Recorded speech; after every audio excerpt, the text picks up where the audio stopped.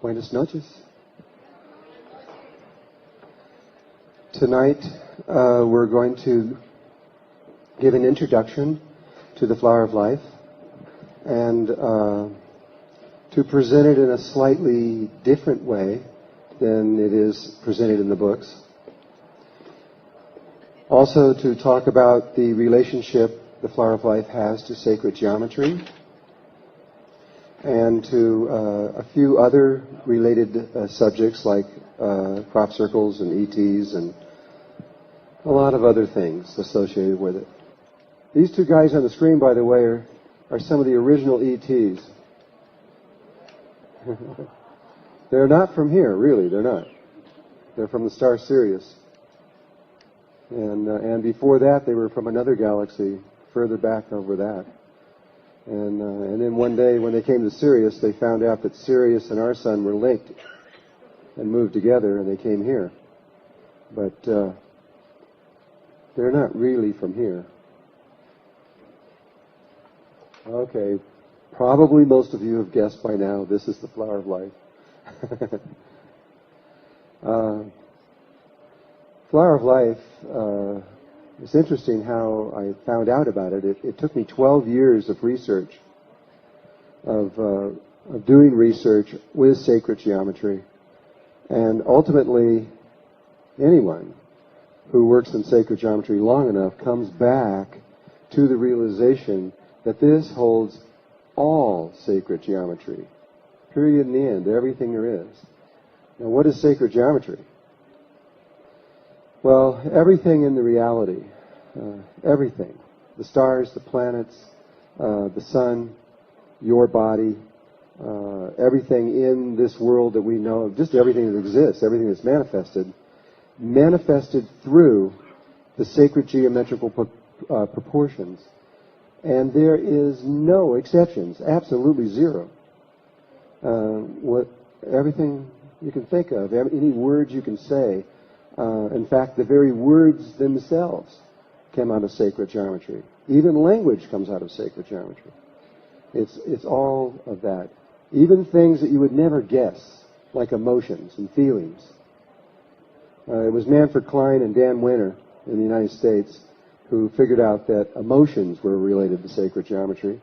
They put people on EKG machines and put them up and found that there was a sine wave signature that a person was emitting when they were feeling a certain feeling. And every feeling has a unique sine wave signature. And those sine wave signatures are then converted into three-dimensional forms that you can hold in your hands. And all of those forms are based on sacred geometry. So there's a thing, a three-dimensional polyhedron you can hold in your hand that represents love, and another one that represents the opposite, say hate. And so this is clear with the entire world that's studying this right now, and I'm not the only one. There are a lot of people now studying it. But there was a time, even though this is new to the world right now, it's new because it hasn't been remembered in a long time. There were only a few people. Rudolf Steiner started to remember this, and people like Buckminster Fuller started to understand it, though he only understood it to a certain level. He didn't really fully get it. And then people like Robert Lawler really got it, and Keith Kirchlow definitely got it. And these people started talking about it, but most of the world didn't have any idea what they were talking about. But long ago, 6,000 years ago, all the way up until roughly right after the Greek Empire in ancient Greece, this was known everywhere, all over the world. The flower of life was like Elvis Presley. I mean, everybody knew it. And I'm just going to show you a few places just so you can understand that this truly was everywhere, all over the world. There's different things in here. This is called the flower of life. There are 19 circles, if you counted them. in here, and they're surrounded by two circles. Those outer two circles are not just for looks. They're extremely important in all of this. And inside the middle of here, there's this middle one where you see these 6 petals, and then outside of that there are 6 more that move around that, if you could see that. It's hard to see, but you'll see it in a minute. That's called the seed of life. Now, these are not words I'm making up. These are the actual words that were used in ancient times to describe this. I think they called it the flower of life because it looks like a flower and because it is the laws and proportions for everything alive and even not alive. Everything that's manifested. So the first thing I'm going to do is just show you places around the world where this was found in ancient times. The Essenes, 500 BC. This was their first city that they built after they came out of Egypt. And in the very center of this complex, these are ancient ruins here. This is at Masada. They had a church. And in the center of that church, it was their most important building. And though it's really hard to see in this slide, and if you pull it up close and look at it, you can see it. But right here, this is the floor. And it's not even focused. You got to do, okay, trust me. This was a big square at one time, and squares that came in right here, which you could see the outer ends of it that was still left on the floor, was the flower of life. It's very clear if you're there. I've had people that were there and took really good photographs of it. And so the flower of life was actually a central motif in the Essene community. This comes right out of the center, like I was showing you before. And you'll see both of these, both the center one and that complex right there in ancient times. This is a mosaic floor out of Greece. It's on the island of Crete. And right there, you can see the central motif out of the flower of life. However, the flower of life is found all over Greece. I don't have all the slides here to show it. In fact, they found something that I just got recently, which is really incredible. It's a monastery in Greece. It's very old. It has a big white wall all the way around it, and it's all white buildings, white inside, white outside. And on the outside of this wall, about every 100 feet, is the flower of life, all the way around it. And in every single building, in every single room inside, and even windows in stained glass, is the flower of life. It's interesting. The monk who ran that was named Melchizedek.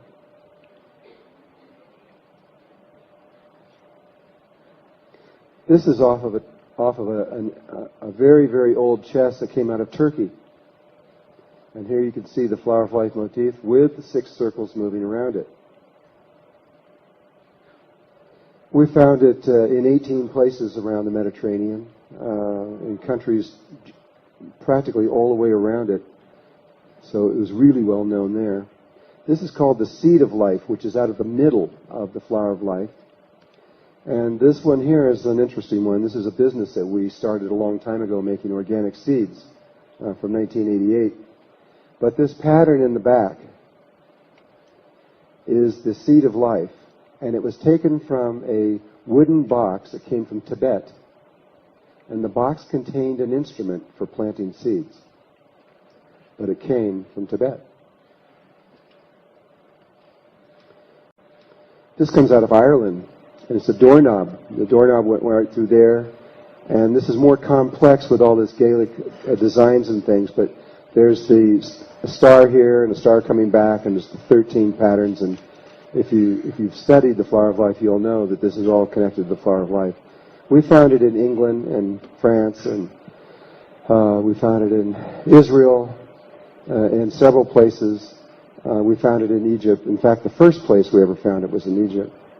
It was found on a 6,000-year-old wall in Egypt, though I believe that even though the wall was 6,000 years old, that the flower of life was not done 6,000 years before, but was done by the Coptics in 500 BC, about the same time as the Essenes. The Coptics and the Essenes were working together. And here's another man we're all familiar with, Leonardo da Vinci, out of the Italian Renaissance. He definitely knew about the flower of life, though the people who have studied Leonardo da Vinci and have spent their lifetime trying to understand his work do not understand this. In fact, it was found in a book of things that they threw away because they didn't know what it was. But this is Leonardo's drawing, showing where he's got the flower of life pattern expanded inside of here. And Leonardo spent a great deal of time looking at all the little angles that were inside the flower of life, making each possible way and relationship that he could find out of this. And he made pages of these, studying the flower of life in great detail. But of course he was a Mason, and the Masons were intimately connected with the flower of life, and that proof is beautiful, though I can't show it to you here. The Masons, whenever they built a temple, in fact, all the churches that were built in Europe in the earlier days, when they removed the cornerstone out of it, on the back were the signatures of all the Masons and the architects who built that. They were very strange-looking things. They were like a circle with a line going across, or a line like this, and then a line coming over like they were. You just look at them and you go, what's that? But we've looked at several hundred of them, every one that we could find, the names of all these Masons, and every single one of them mapped perfectly over the flower of life. So obviously, they also knew about it, and so do all the zodiacal signs that are in astrology, mapped perfectly over the flower of life, and so do the runes. And, you know, the runes, the ones that you throw to get the thing. Where they came from? Anybody know? Is Sweden or Norway or somewhere up in there? All the runes mapped perfectly over the flower of life. So they were using that as their key also. And so I could go on for a long time, actually. I'll go a few more. We mentioned Tibet, but a place where this symbol was extremely popular, and is even till today, was China. It's all over China, even today. No matter where you go in there, you'll find it constantly. You'll find it on their screens. You'll find it these folding screens.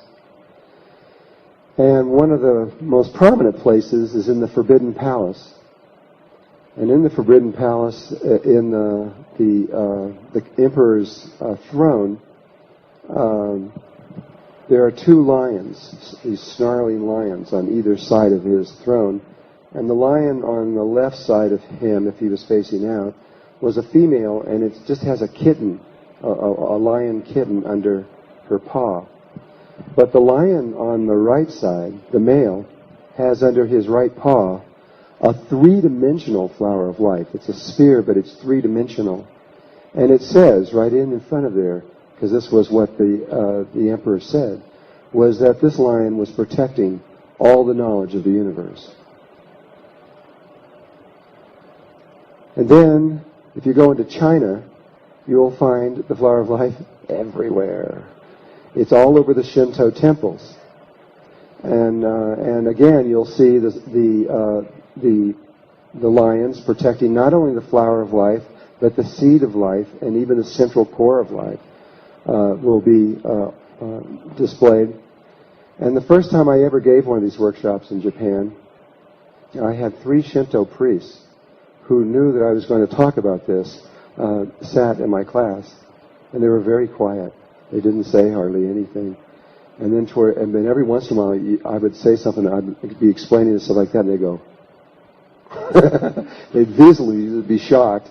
And finally, they warmed up a little bit, and we got to talk. And they said they had been Shinto priests. They had been priests all their life, but they didn't know what it meant because they had lost the true meaning that was behind all of this. One of them, when I got to something that's called Metatron's cube, which you're going to see in just a minute, he just about fell out of his chair. Because Metatron's cube, once a year, they put on this beautiful silk white robe, and over the breastplate is this complex pattern called Metatron's cube, which we have up there. None of them had any idea what it was. They didn't even know. All they knew was that from ancient times, they were to wear that thing and walk down the street once a year and do this particular ceremony, but they had no idea what this thing was. And this is what we found everywhere, all over the world. There was a time once when the whole world knew about this, but at this point, almost everybody's forgotten what it is. Even the Freemasons, by the way. I've had very high levels of the Freemasons go through here, and when they study very carefully what's going on, they were not even told about a lot of the things that we're talking about, because more than likely, even their leaders have forgotten.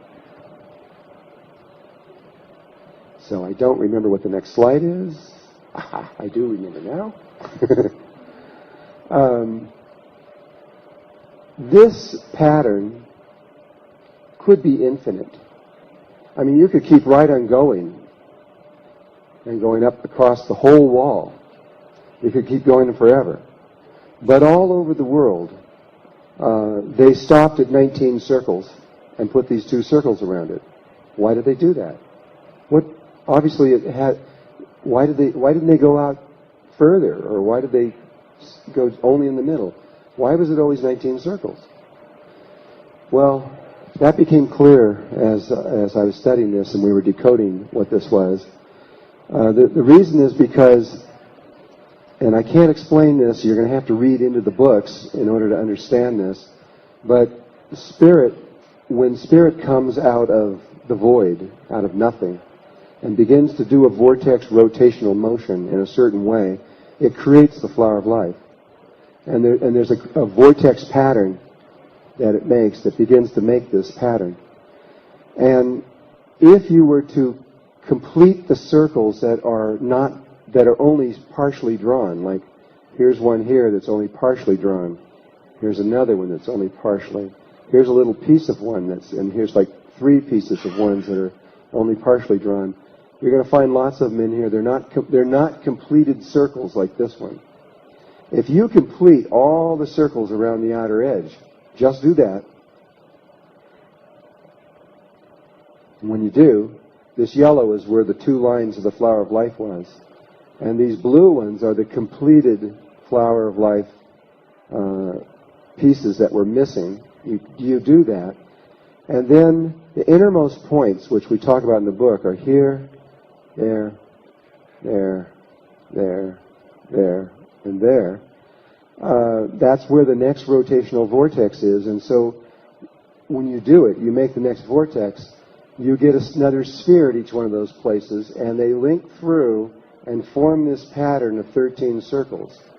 In other words, they didn't want you to see this pattern of 13 circles because it was too sacred. In the ancient world, that pattern could not be displayed publicly. They would kill you if you did it. I would be killed for showing you this if this was 3,000 years ago, because it was too sacred for just the average person to know. So if you extract it out, you get this, leaving out all the rest of it, and you have these 13 circles. This was called the fruit of life to the ancients.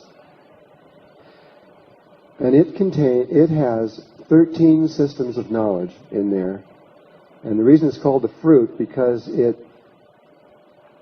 fills in all the details of the reality, this reality we live in, all the tiny established and created through this one single pattern. Now, there are a lot of other things that happen coming to this pattern that we haven't talked about, and that you can pick up in the books if you read them. But I just want to talk about this one pattern for a little bit. In sacred geometry, a straight line is considered male. There's total consensus in the world on this from all people that I'm aware of that are studying in sacred geometry. But any curved line that's not straight, no matter what the curve is, it's female. I mean, you can just look at male and female bodies and see that the male body is straighter and the female body is curvier. But at any rate, in sacred geometry, this has been established. So this image that you're looking up here is all female. There's no male in here. But there's 13 ways that the male can be superimposed over the female.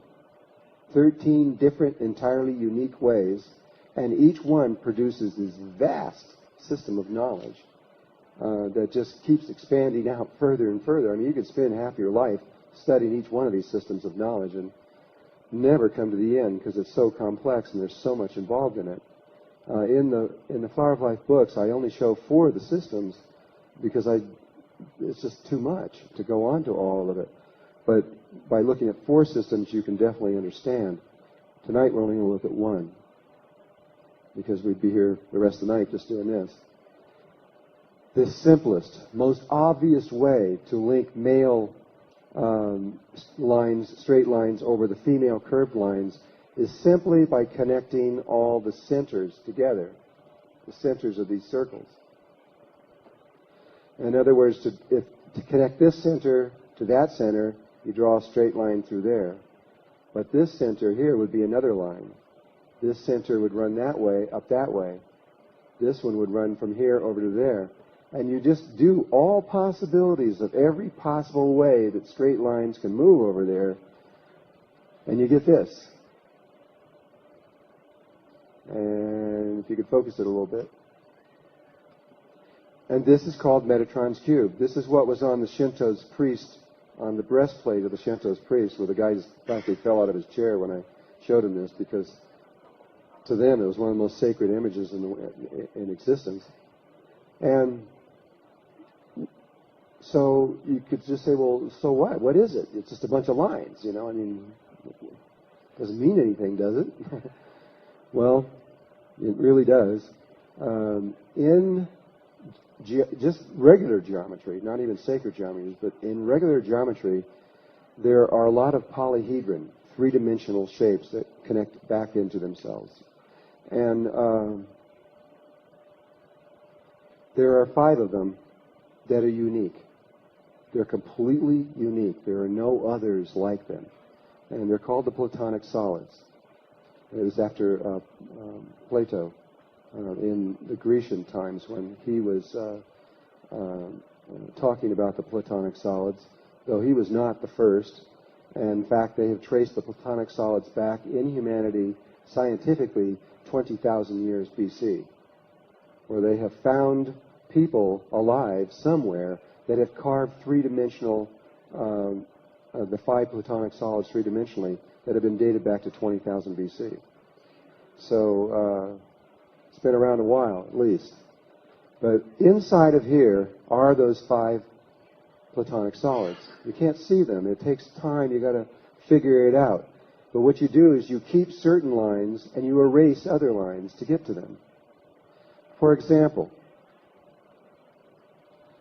if I was to only keep these lines and erase all the other ones, and these little white lines are the ones that are on the back side of this three-dimensional form, and the heavy ones are on the front side of it, you get something called the icosahedron, which is this. And that, of course, goes back around. It's 20 triangles linked. What makes these this one, the icosahedron, and the other 4 unique is that they have these characteristics. All the edges of this shape are all the same, all over. They're all the same length. All of the faces are the same. They're equilateral triangles. All of the angles inside are exactly the same. And this shape will fit inside of a perfect sphere where all the extending points out of here will lie on the surface of the sphere.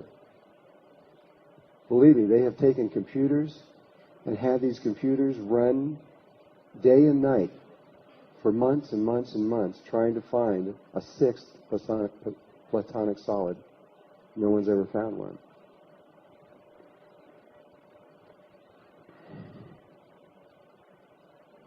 These are all 5 of them There's the tetrahedron, a cube, octahedron, the icosahedron we just looked at, the pentagonal dodecahedron, and the sphere, of course, which is not one of the Platonic solids, but it's where they came from.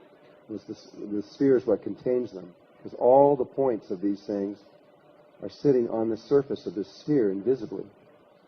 So the female, which is pure female, gave birth to these 5 different male forms. They're male because they have nothing but straight lines in them. Understand? So what are the Platonic solids? Well, any engineer that goes to college has to learn about these, because they are the forms that determine structure.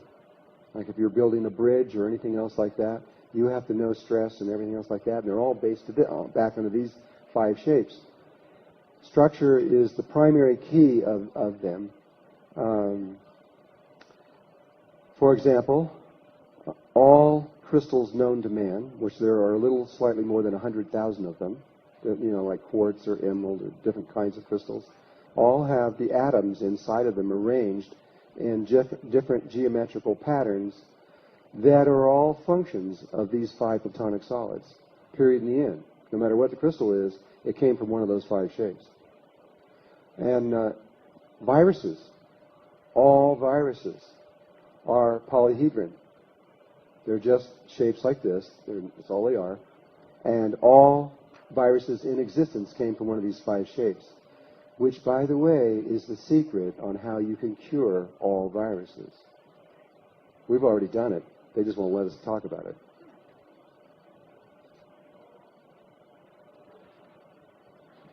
Somebody will do it.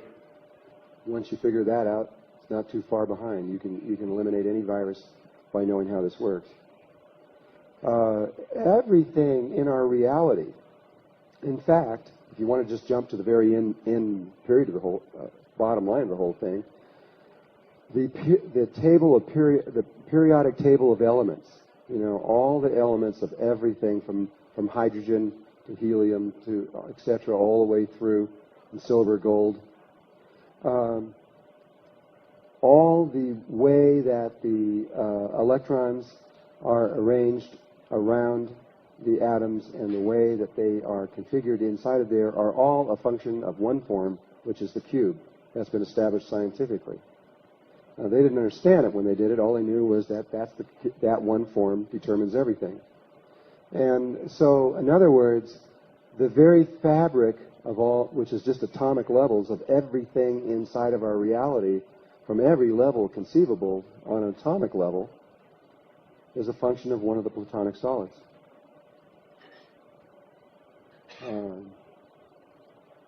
You can go deeper and deeper and deeper into this, and the more you study it, the more outrageous it is, the more you begin to realize that everything is a function.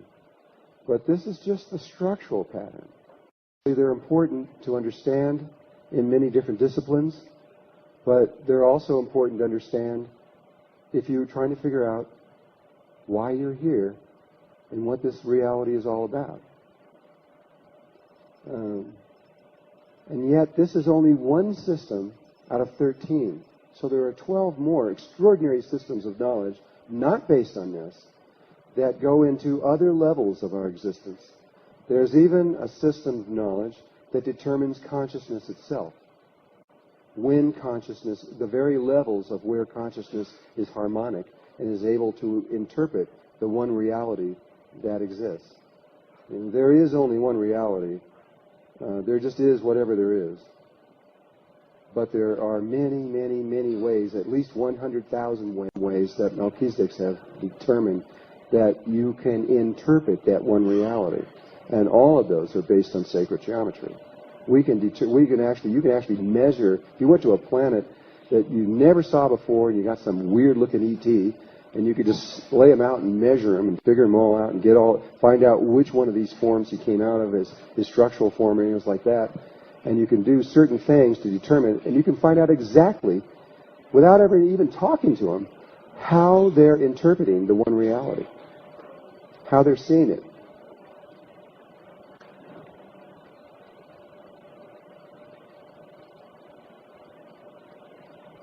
The ancients gave names to these five things, these five different forms. The tetrahedron was called fire. The cube was called earth. The octahedron was called air. The icosahedron was water.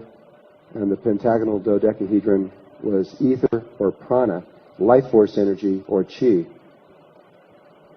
And these five, the combination of these five forms created a discipline called alchemy, where the understanding of the blending of fire, earth, air, water, and ether were what created everything and were the basis of creation itself.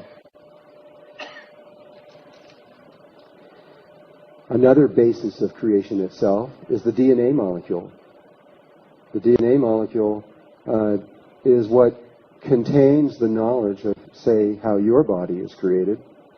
However, I believe that it's a little bit further along than that it actually contains the knowledge of how to create the entire universe. But it has at least that much of how to create your body. But all the physical forms, biological forms on the earth are all based on DNA.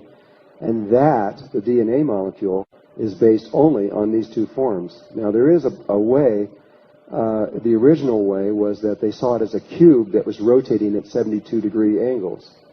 That was one of the first ways. And then later, other scientists discovered that, okay, you could see it that way, but a better way is seeing it with these two forms here. These two forms in sacred geometry are what are called duals of each other. They're duals because if you take the centers of the pentagonal dodecahedron and drew lines between them, you get this form. And the other way around, if you take the centers of this one, you get this form. They're duals of each other. In the same way that these two are duals of each other, if you connect the centers of a cube, you get an octahedron. And this one defines the parameters of this one. So these two are duals of each other, and these are duals of each other. This one here is found also in the cube, and in a way that I'll explain in just a moment. So this is your DNA, and what it is the DNA is just the icosahedron creates the dodeca, and then the dodeca creates the icosa again, which creates the dodeca again, which creates the opposite again. And as it does, it begins to turn, and it makes the two strands of the DNA. And a little detail that's interesting that they've discovered just recently in the last couple of years, you know, in all your biological books, you usually see a DNA molecule sort of coming from nowhere and going nowhere. They just sort of start and twist and stops and like it goes on forever. That's not true.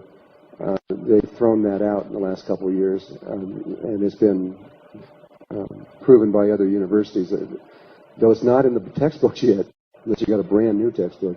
But the DNA molecule wraps back on itself and completes itself, and you can see how it does it because one end is this and one end is that, and they lock like a little lock, and they form a circle.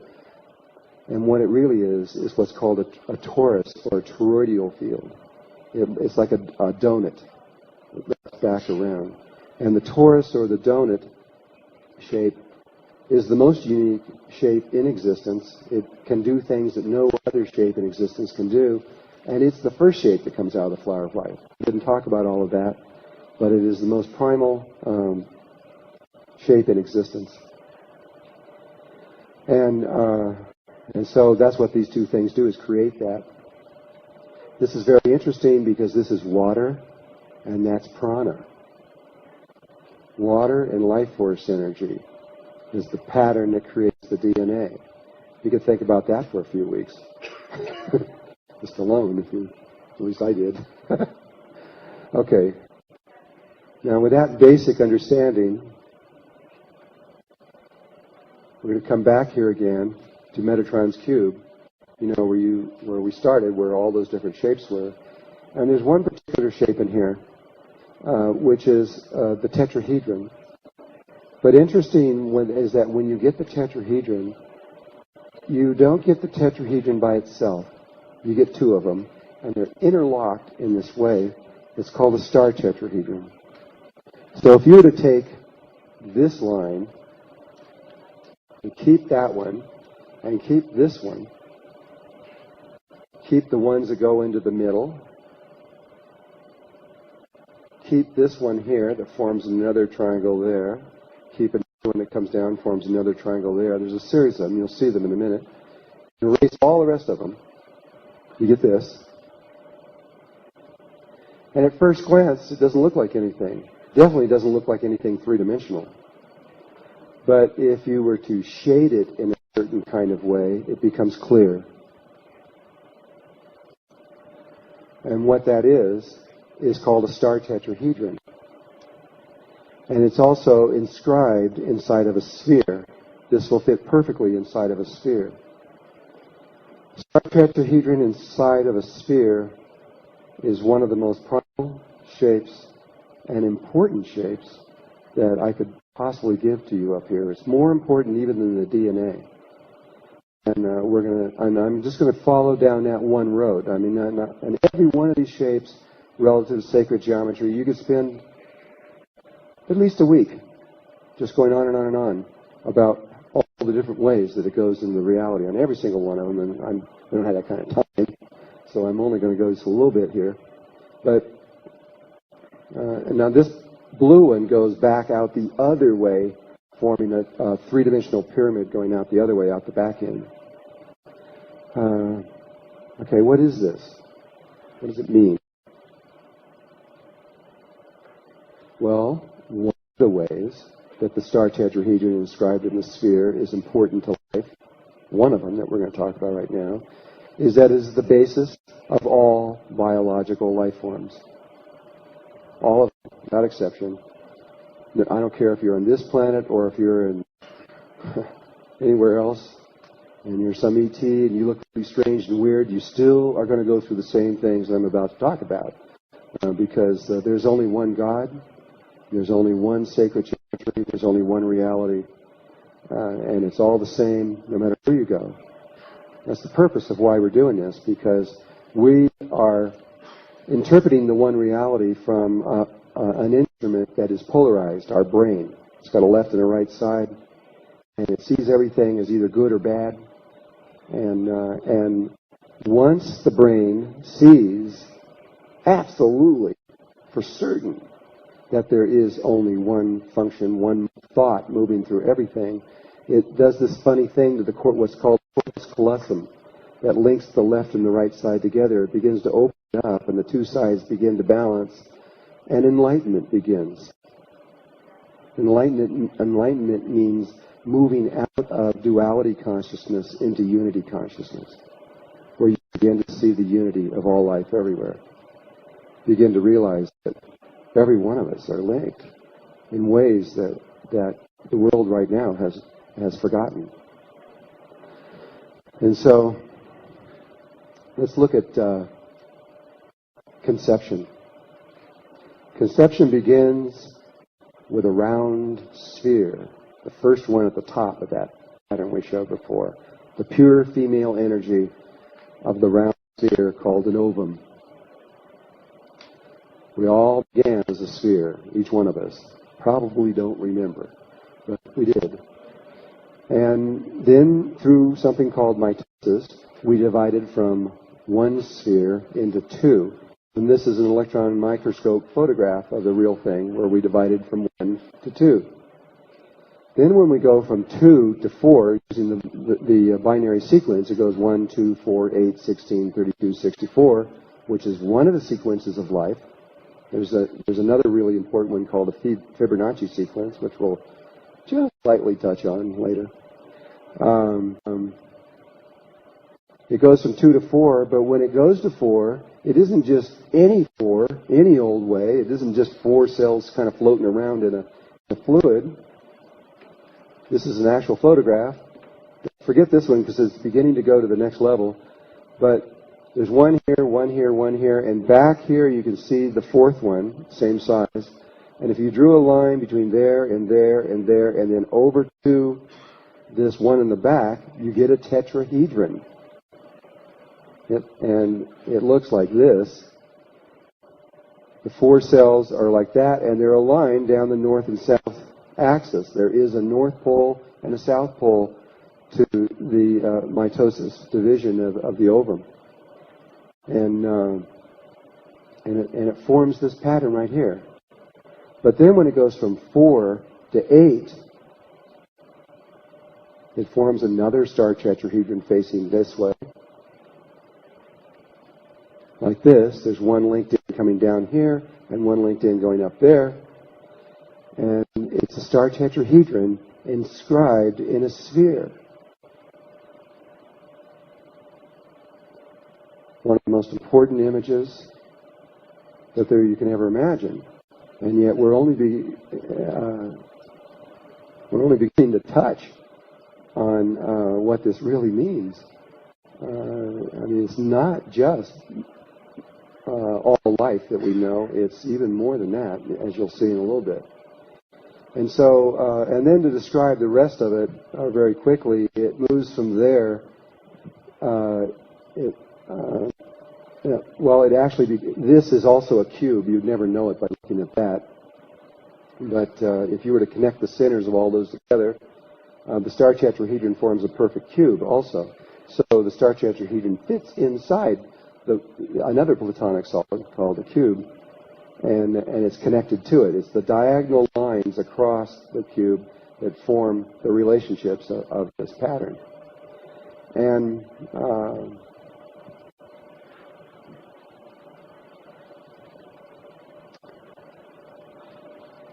just to give you an idea of how intelligent God is, how amazing the Creator is. This here, go back to this other one. Even though this is a star tetrahedron, you're now looking at it from the top, looking down. There is this place where it becomes a cube, and if you were to look at just these 4 here, there's these other 4 behind it. So if you were looking from over here at this face, you'd only see these 4, and you wouldn't see the 4 behind it because they would be slightly smaller. And you would get this image here. You'd see these 4 spheres right here, and you couldn't see the 4 behind it because they're slightly smaller.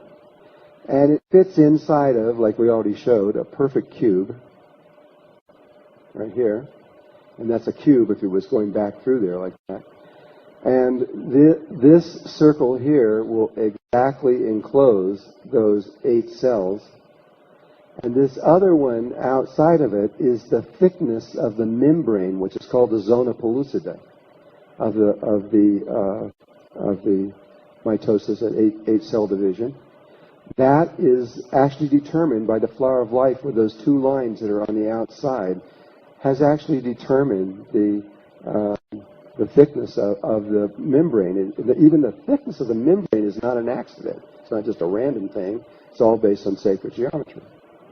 And here you can see the star tetrahedron also inscribed in the sphere at the same time. And we'll explain that in just a moment. And so here Leonardo is actually showing how this relationship of the corners, the width of the circles, and all the relationship of this male form that's in here. But if you think about this for a moment, it's because here is the 8-cell division, and it is in the exact proportions of the real thing.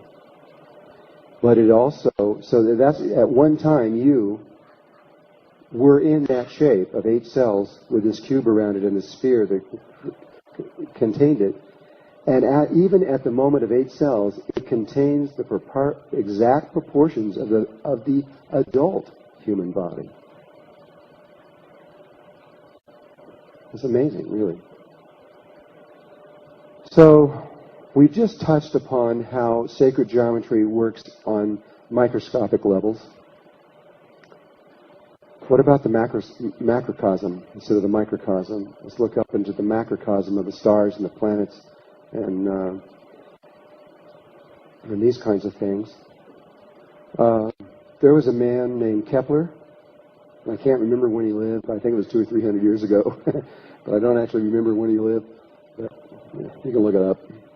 And he believed that the positioning of the orbits of our planets in our solar system were not at random, that from everything that he had studied, that they had to be directly connected to the 5 platonic solids.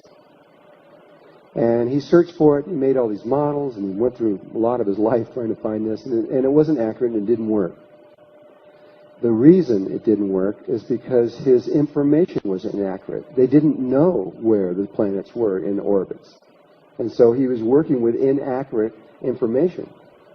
But there are people now, today, who have put this into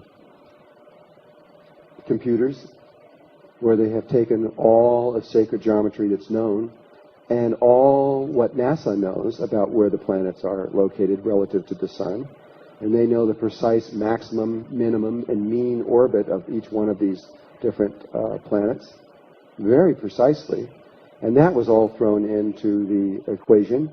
And then a button was pushed to find out what the computer could find, and what it found proved conclusively that it's true. That all of the planets, their orbits, their relationships to each other, you can pick Mars to Earth or Mars to Jupiter, and those relationships are not only are all of them in relationship to the sun, but to each other they are in relationship. And even the sizes of them are not at random. Planets can only be at certain sizes. Sounds outrageous? Well, let's look at this next slide. Oh, not that next slide. I forgot about that one. And I forgot about that one.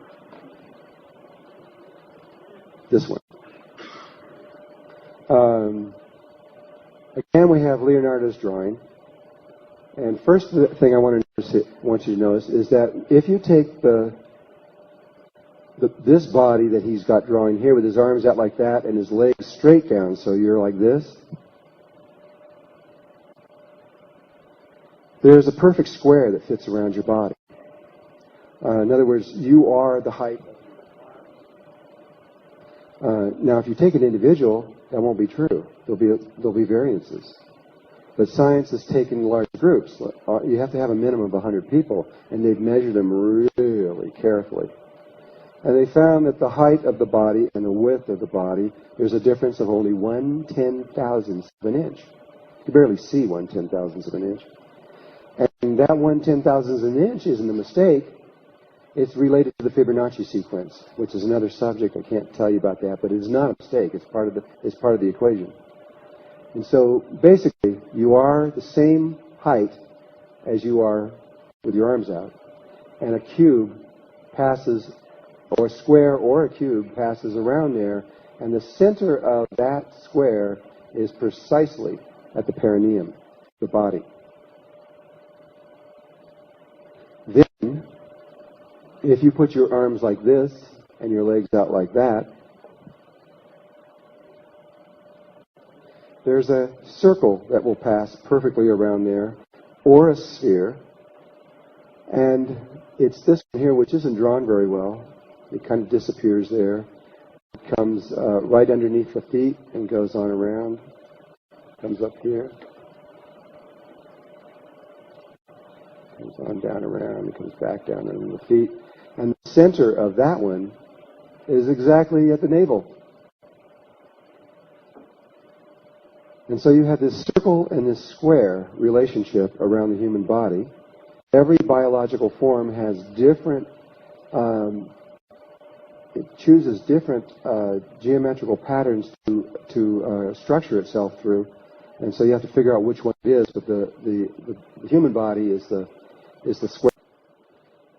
And if you then move this circle that's at the navel, and you just bring the whole thing down to the same center as the square, then you get the circle here.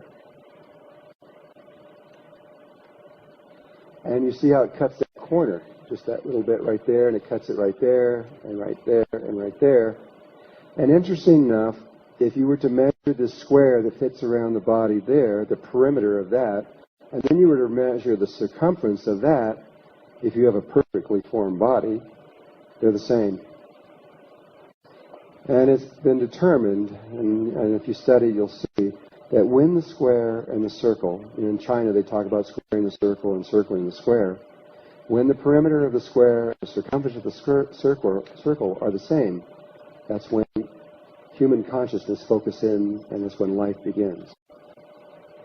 And now one step further, if you were this square that goes around the human body, if you put a circle inside of that square, which is this blue in here, and then up here at this circle, you were to come down here and draw a circle around with this to here being your measuring stick, you get this little orange one up here. Guess what? This, relative to this, is exactly mathematically proportionate to the size of the Earth to the size of the Moon. This was determined at least 2,000 years ago. What does it mean?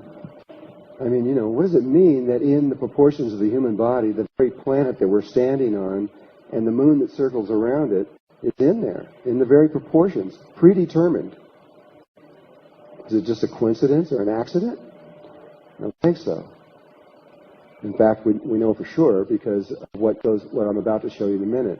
I've just mentioned about Kepler and him extending this idea out to, because he knew about this idea also. He knew that the Earth and the Moon were in proportion. That's why he believed that everything had to be in the solar system. I believe it's absolutely everything to the most distant galaxy and the sizes of every galaxy, etc., and everything. But we can prove it in our own solar system. There's a book written. The guy took all of the relationships that the computer found and put them into a book. It's about, an inch thick, and it's a couple hundred different possible relationships that you could ever think of. We're going to show one Chiron and I think Mars. I can't remember. I have to wait till I get on there. I just chose 3 of them. But there are about 200 of them that they've picked out, and it's called the Book of Coincidences. And so we were going to, I had got it all together, I got the money together and everything else, and we were going to make a movie about this, a documentary, to show how this was, because this man figured it out. He came over here and then realized, oh my gosh, I'm going to be famous. And he didn't want to be famous, and so he wouldn't allow the movie, and he won't allow anyone to even use his name. So I can't tell you who did it. So I guess it doesn't really matter. But there's only 1,000 copies of the book in the world. And this is one of the pages. I got this one too. I just did this last night for the first time. One more thing I got to show you first. If you take the edge of the Earth over to the edge of the Earth, the diameter of the Earth, and from the center of the Earth to the center of the Moon, and then you draw these lines right here, this angle right here is 51 degrees, 51 minutes, 24 seconds, and which happens to be the exact angle and precise proportions of the Great Pyramid. This is interesting because Hermes, who most people who've studied this believe was also a man named Thoth, in the Emerald Tablets that was written by Hermes, he states how the Great Pyramid was built from the proportions of the Earth. Well, whether or not Thoth or Hermes actually built the Great Pyramid, we can't prove that, but we can prove that what he has just said inside that statement is fact. That angle right there is 51 degrees, 51 minutes, 24 seconds. And so this is a precise arrangement of what we just talked about. Now I can go to this other thing that we're going to talk about. This is one of his pages out of this book, and it's the relationship between Chiron and Pluto. And in other words, this is the orbit of these two bodies. This is Pluto here. And these are a very simple relationship. All you have to do and the sun is in the center. All you have to do is draw a 5-sided pentagon, and then you draw one down facing the other way, then you draw one up, and then you draw one down, and you draw one up, and on the inner one you draw a circle, and on the outer one you draw a circle, and those lines go up and form the exact relationship between the Sun, Chiron, and Pluto. It's 99.8% perfect, considering we have a moving system through space and time. Everything's moving through there. They're not only going around this way, but the whole thing is moving like this, as a solid body, moving around the galaxy, connected to the star Sirius. It's pretty amazing that a simple drawing like this could do that. But when you start looking at first 1, then 2, then 50, then 100, then 150, these relationships, and they're all that way. Anything you can think of, any relationship between, say, Earth and Mars and Earth and Venus, or Earth and Mercury, or anything like that, it's already been worked out. They're all there, every single doggone one of them. This is another simple one here. This is the relationship of Earth to Mars. Earth and Mars. Really simple. Just draw a 5-pointed star down and 1 pointed up. The inner circle goes up and is the orbit of Mars relative to the Sun. The outer one, of the Earth, and the outer one becomes the orbit of Mars. And it also is 99.8% perfect. They're all 99.8 or 99.9. I think there's one that's 99.7. The fact that could happen is not a coincidence, even though it's called a book of coincidences. Everything. And so, what this is saying is that everything's predetermined. And that's what sacred geometry shows clearly. But there's only certain places where things can happen. And you can see where they're going to be by the geometrical proportions of things. It's possible for the human mind to understand the entire universe on the physical level. You could grok the whole thing with just a little bit of study. And that does this funny thing to the left and the right side of your brain. It's the beginning. It's not the end. It's not what it's all about. It's only the first step. Now, this one's a really interesting one. I chose it for this reason. All over the ancient world, they built temples to try to determine basically the Tropic of Cancer and the Tropic of Capricorn, the maximum winter dropping of the sun to the maximum. You have the summer. What is that? It's the winter, spring. The difference in this, it's winter, spring, I think. But it's when the sun swings one way down and swings down the other way, and you try to determine those points. You need to know the equinoxes so you can do your planting and all these things like this. They could have simply drawn this drawing in the sand, one pentagon down, one up, one down, one up. It's just 4 of them. One was 5, one was 2, and one was 4. And drawn the circles inside there like that, drew them down into a ring, and if you could put them over a sphere, those rings, as they fit over a sphere, precisely locate the Tropic of Cancer, the equator, and the Tropic of Capricorn. That is 100% perfect. It is absolutely right on.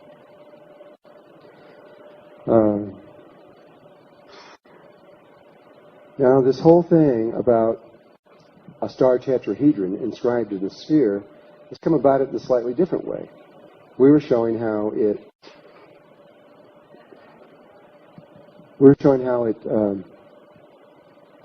is the basis of all biological life forms, and how in the microcosm, and how the relationships of the 5 atomic solids are out in space around us. This is a crop circle, and it was one that Richard Hoagland was analyzing. I became at one point. Richard Hoagland was the person who found, using NASA photographs, the face on Mars. And that face on Mars has been discredited by NASA like crazy, but if you knew the truth of why they were doing that, you'd understand. They don't want you to look at Mars because there's too much going on there right now. And they really got angry at him for even bringing our attention to the planet at all, and they really tried to blow him out of the water. But he proved beyond a doubt what he was talking about. But still, they're not going to agree with him on any level, even though it's what he talked about is fact. But there, around the face of Mars, were many other actual pyramids. Lots of them, 3-, 4-, and 5-sided pyramids. And there's I don't know how many there are, but there's about 25 or 30 of them out there on the desert. One of them is called the D&M pyramid, and that pyramid is extraordinary by its mere size. It's a 5-sided pyramid, but it's 10 miles high, 50,000 feet plus high. And when they laid out all that pattern over the whole thing and all the relationships of pyramids, and they drew all the lines between them, all the sacred proportions and all the many of the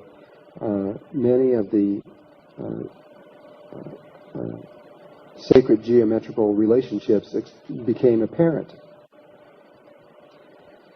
But when they analyzed the D&M pyramid and in relationship to everything, it came up with this funny shape that they didn't understand. It kept talking very powerfully about a star tetrahedron inscribed in a sphere.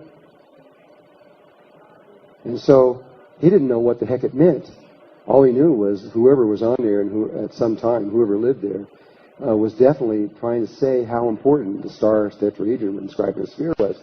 So he found out I was doing this work, and he called me, and we started talking about it. And I told him what it was.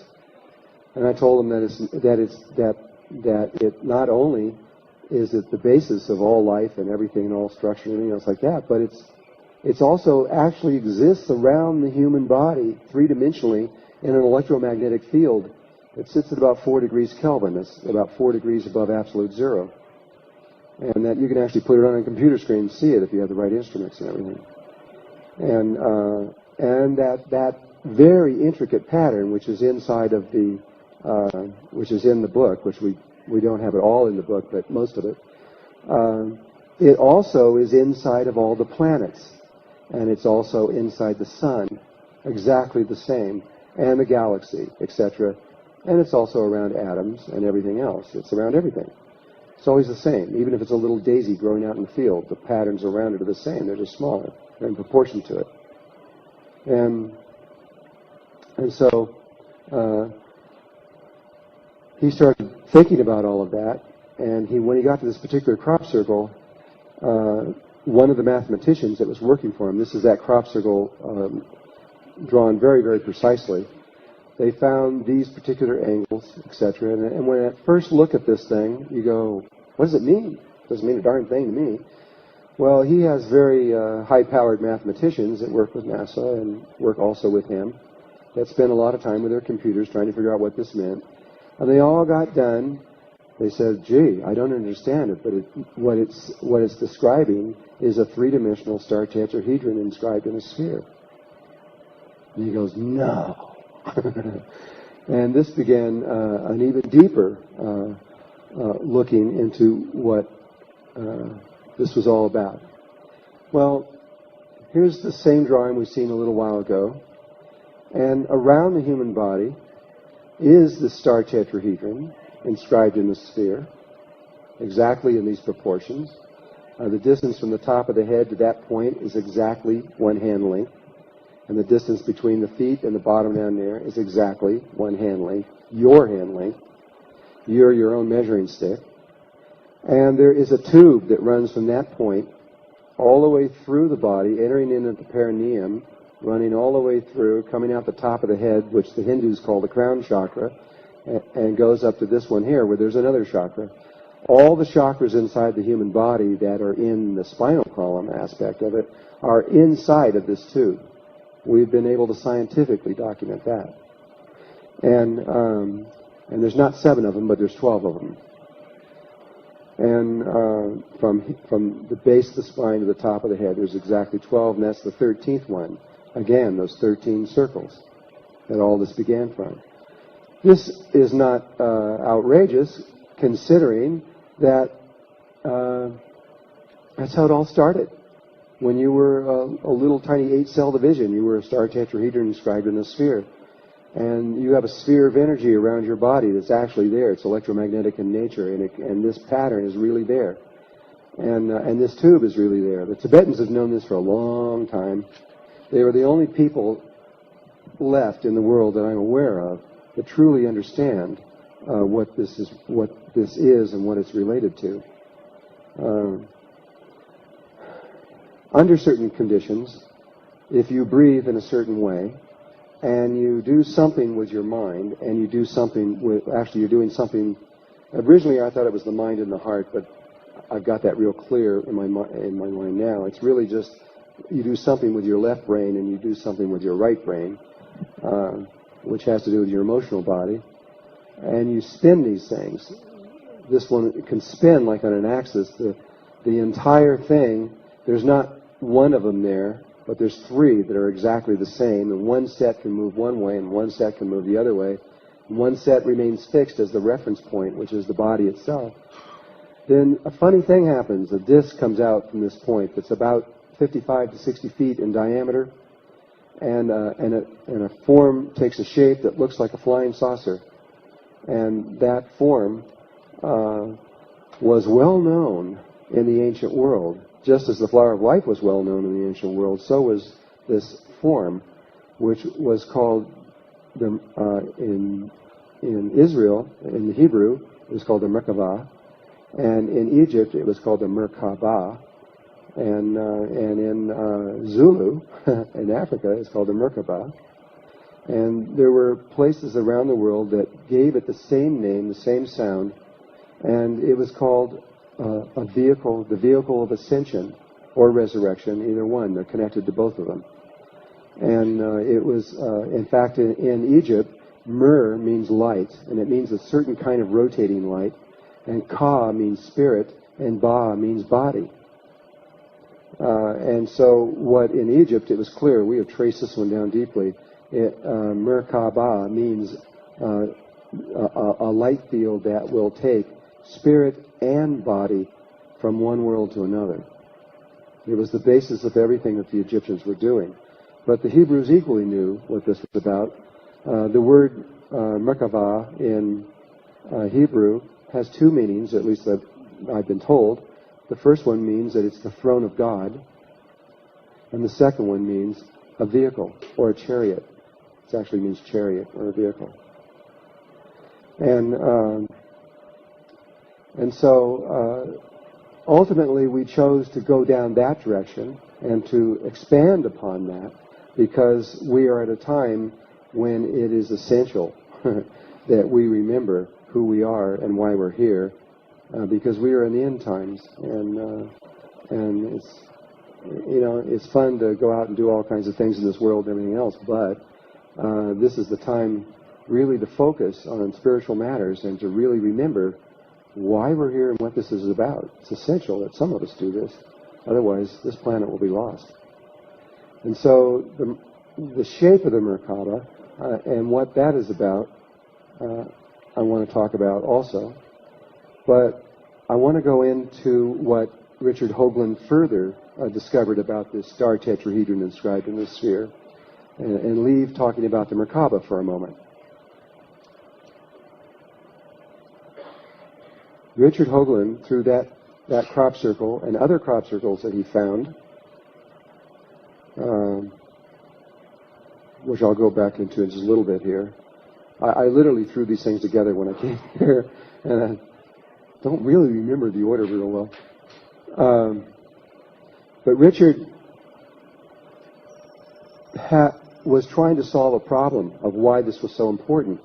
And one of the things that science has found rotating fields associated with it, and all of the shapes and forms that are around the human body have toroidal fields. They're like donuts that are connected to it. And these toroidal fields are so close together, they're like skins in an onion skin. Those toroidal fields are really important when we talk about the heart in a little while, because there's something really incredible associated with the heart in conjunction with the Merkaba. This is the one I was talking about that Richard Hoagland went crazy over, because you see that everything, this is tetrahedral geometry that they're talking about here. But this line is straight, that line is straight, but this line has a little tiny bend in it right there. And at the time that that was done, there was only about 3 people in the world that understood that. That is talking about the relationship of tetrahedral geometry and to hyperdimensional space.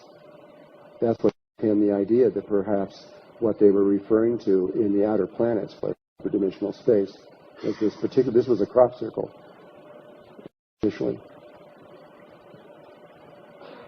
This is hard to focus because of the shot that we took of it, but this is a photograph, an actual photograph of a galaxy. Not ours, of course. Can't photograph ourselves like that. We'd have to run way out in space and back in. But this is another one, and if you can see it perfectly, and you can't, there's a sphere of energy here, and then there's a disk that goes around here. Now, I've got one of an infrared photograph, which I didn't bring. It shows the flying saucer shape perfectly of this. This is called a spiral galaxy. You are looking at, right here, the exact size and proportion of the human Merkaba field. It is exact. Only that's in nature that you're looking at. But if you breathe a certain way and you do a certain thing, there's an energy field that can come up on a computer screen without the equipment, and it'll look just like that around your body. That's the beginning of enlightenment, of moving out of polarity consciousness and moving into unity consciousness. It's only the first step. It's not the end. There's many steps beyond it, but it's a real important step, because once you begin the Merkaba, your life will never be the same. That's another subject. Life then goes, oh, you're Merkabas, huh? And it grabs you and changes your whole life around and throws you on the ground a few times and changes everything. There's just not much you can do about it after that. It just all starts altering. Spiritually, you begin to move very fast after that. It's not the end, and a lot of people thought this. A lot of people who went out and read and thought, well, all you got to do is just do the Merkaba and that's it. It's not it. There's a lot more to what this is than what was in those books. We thought that you would be able to get this from your own guidance.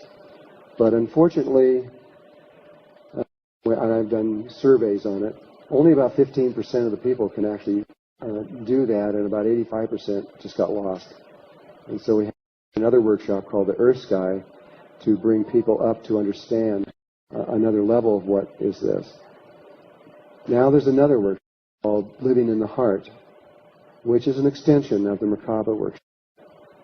And we're going to give one here in Guadalajara, but I'm sorry, it is book solid. Thank you.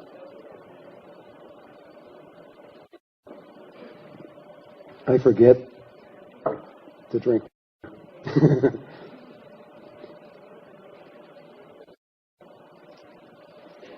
Guess what this is? Very few people have ever seen this photograph. Seen the books and things. The kings of England. You think about spaceships and things like this coming down in shape. The kings of England, the ancient kings of England, made themselves in these mounds, in the precise shape of the galaxy, but also not only the galaxy, but these guys. Wonder why the ETs chose that shape. Why that shape? It could have been shape. But that shape is the one that is tied to nature, and it's also tied to Merkaba. The people that are creating these solid ships that have metal in them are of a very low consciousness. They're beginners, and they're still understanding what the is about. They can do a lot, they can go a lot of places, and there's a lot of them out there. They're like 5th graders or 6th graders. They're just beginning the whole process. The ones that are really advanced don't have solid ships. Their ships are made out of light. And your country, Mexico, has been visited for about the last almost years, 21, 22 years now, but intensely the last few years by one of these races. Their ships look like this one. This is from here in Mexico. You're looking underneath it. That's a big thing. That's like about 2 or 3 football fields across. And you're looking under it. That's the bottom. There's 8 of these dark spots in there. And there's this thing here. And it's a field of light. And when these photos were first brought into Germany, to have them analyzed, they did 2 things. They realized that they were real photographs. They could prove that. This is before some of these photographs go back over 20-something years, before digital photograph computers or any of that stuff. And because of certain things that they did in those photographs, to prove that they were real.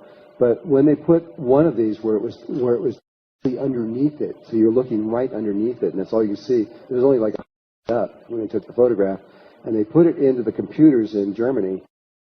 The size of whatever it was couldn't be determined. There's no way for the computer to determine how big it was, because in the references against. But what the computer came up with was that it was a human cell. It was alive. It was like a human cell. That's the only thing it could identify it as. And these are called the plasma ships. And how many people here have seen? Anybody? You got a couple, 3, 4 people. You're seeing them 5, 6, 8, 9. There's 9 or 10 people that have actually seen them. I've talked to quite a few people that have seen them and have photographed them.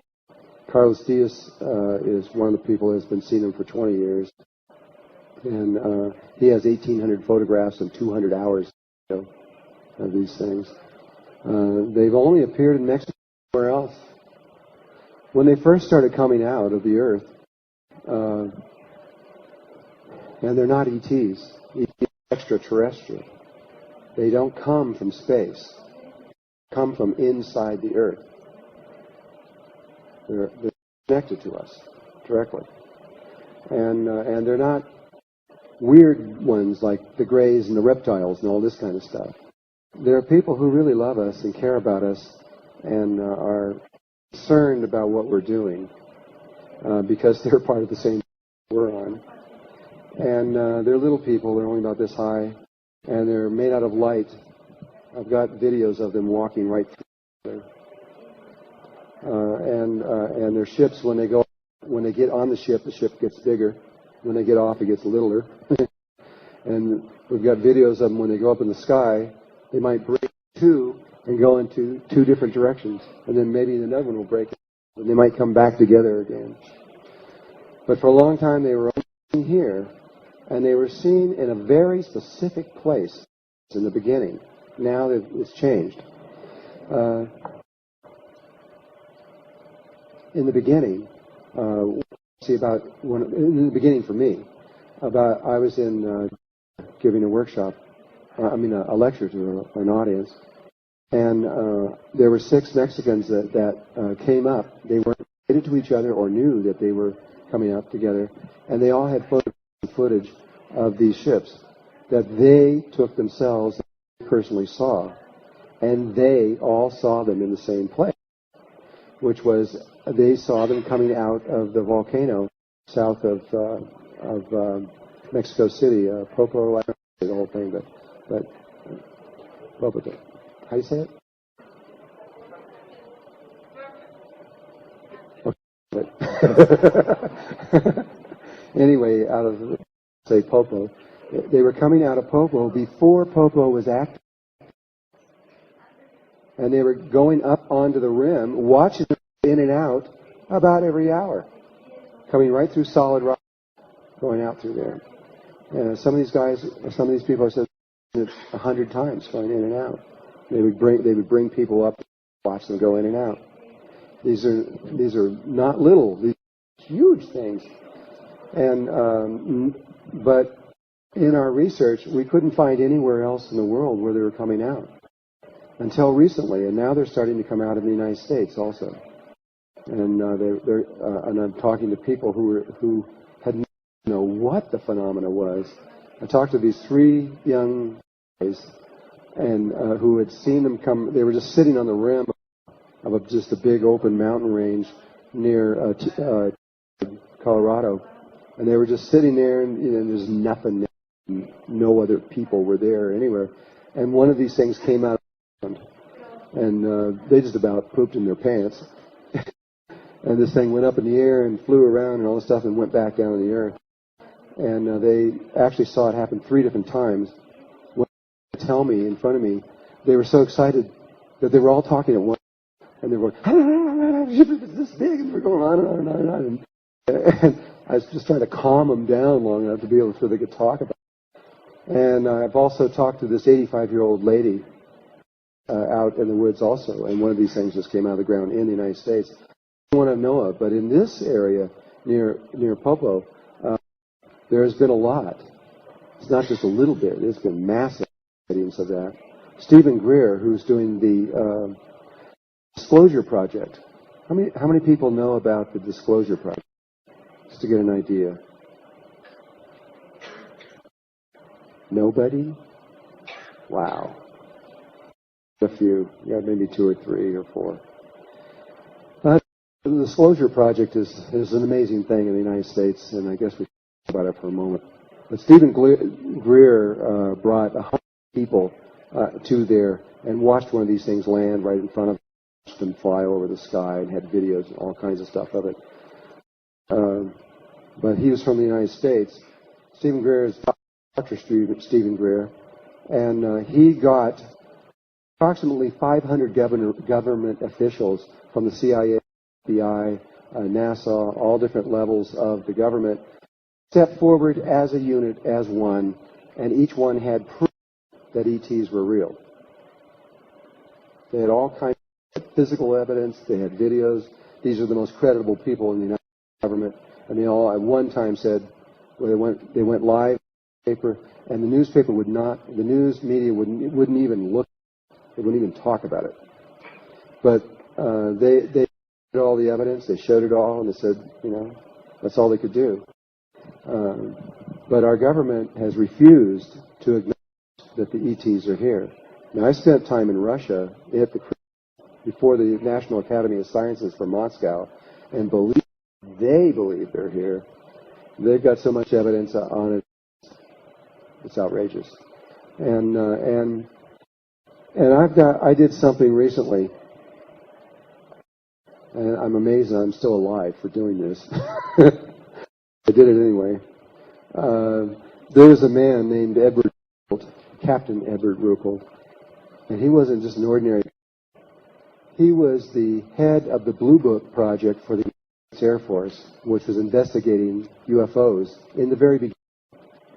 The very beginning was on a single day, June of 1947, I think it was. I believe that was the date.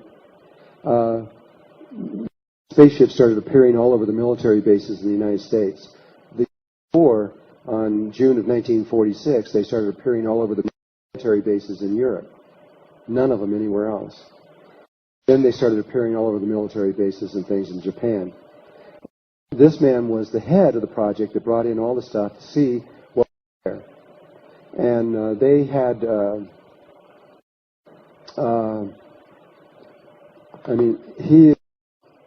he's the most credible person, at least in the United States, alive.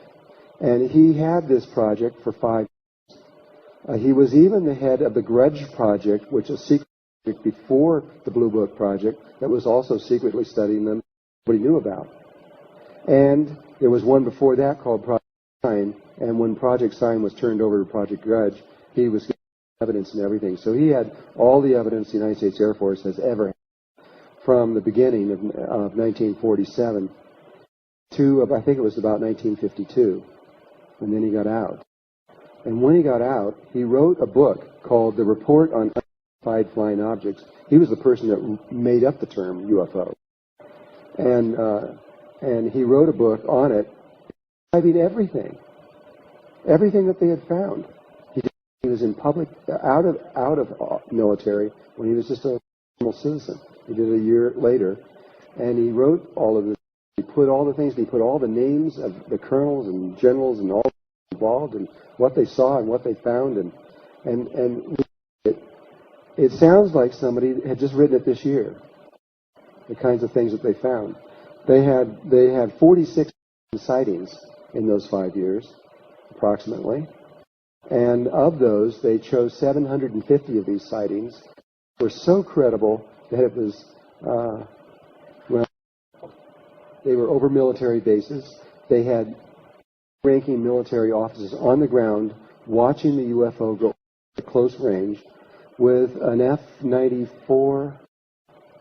I forgot what the planes were. F-90. There was jets that they were using, F-94 something, that was behind it. And so the pilot was in the plane looking at the UFO, flying at extreme high speeds right behind it. People were watching the two go over, and the radar was watching the two blend on over the top of that on these 750 ones that they looked. When they when they did the investigation on those, they came up with the final result after 5 years of testing is that whoever's doing this is not from here. There is no technology in 1952 they saw. These ships, they were describing the UFOs in front of them, and when they would lock on with the ship would disappear. Literally vanish and reappear either 10 miles in front of them, so they're completely out of range, or directly behind them. And then when they would be out in front of them, let them catch up so they could look at them. But if they locked on radar, they'd disappear and reappear somewhere else. They watched them travel at over 60,000 miles. You think we had anything in 1952 that fly 60,000 an hour? It's not likely. They watched them, they tracked jets as they were following them going up and up and up and up and up. The jets couldn't fly any higher. And they watched these things just keep going and disappeared. And it wasn't just a few. They had 46,000 of them, and they had 750 that they were looking at very, very carefully. And so what happened right after he published this, for some reason, he died at 35 years old. And the book became popular for a little while, and then it disappeared. It hasn't been in print for 46 years. I just reprinted it. It's only in English, right? The Flower of Life is in 15 languages, so we'll get this out in 15 languages. But if you want it, you can go to my website, below.net, and you can from there. It's only $14.95. In fact, you can go onto the spirit.com. It's www.spirit, S-P-I-R-I-T, O-F, Maat, M-A-A-T.com. And we have the whole book on the internet for free. No, it's in English. If anybody translate it into Spanish, we'll put it on Spanish. You know, if you want to do it. But absolute proof that they're here. But there's a lot of reasons why they don't want us to know about this. And I don't know if they're ever going to try this for sure. But what's going on here in your country is of major importance. See these guys, don't worry about it. There's nothing to fear. They are pure beings. They're not going to do anything to hurt you. There's one thing I'm going to say about them. You go take a break. When Carlos Diaz was sitting at the table with Carlos Diaz, who's been on board these ships, and I was talking to him, he said that they told him that they see on the surface of the earth a long, long time ago. I don't know how long that was. A long time ago, at least 1 million years or more ago. They walked around on Earth in some kind of form, and they had a technology, according to them, that was similar to ours, but different, but similar. And they also had no wisdom, and they were killing the planet. And they said an ET race came out of the heavens and landed and came up to them. All they did was tell them something about themselves, something they didn't know. And then they disappeared. And then they said it took about 100 years or so that they figured it out, what they were talking about, and they became pure light, at which point they chose to go into the earth, because there's dimensional levels in the earth, and they live in these dimensional sacs, orange sacs inside the earth. And that's what they say they want to do with us, is they just want to get our attention on a planetary level, and they just want to tell us something. They don't want to interfere, they don't want to do anything, they just want to tell us something about ourselves and then leave. And they figured that once we know this one thing, we will be able to solve our problems. And I think I know what that message is, and I'll tell you when we get back from the break. Okay, so we'll have a break for about 20 minutes or so, and then we'll come back, and then the second half of this is not going to be real long, because I'm only going to tell you this one. Okay, thanks you guys.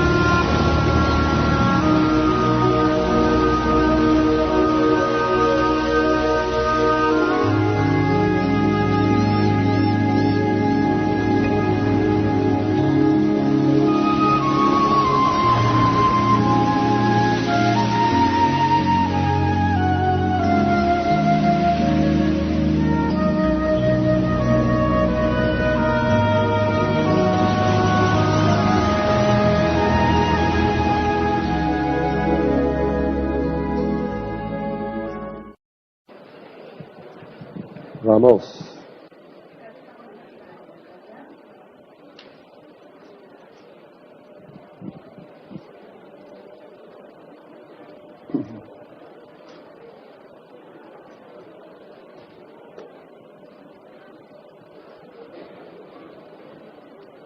A few more seconds.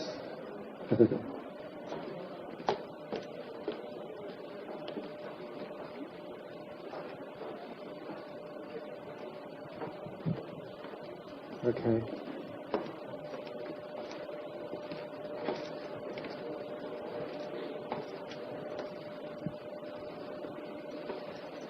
Okay, here we go. While I was learning and understanding this information, which began in 1971,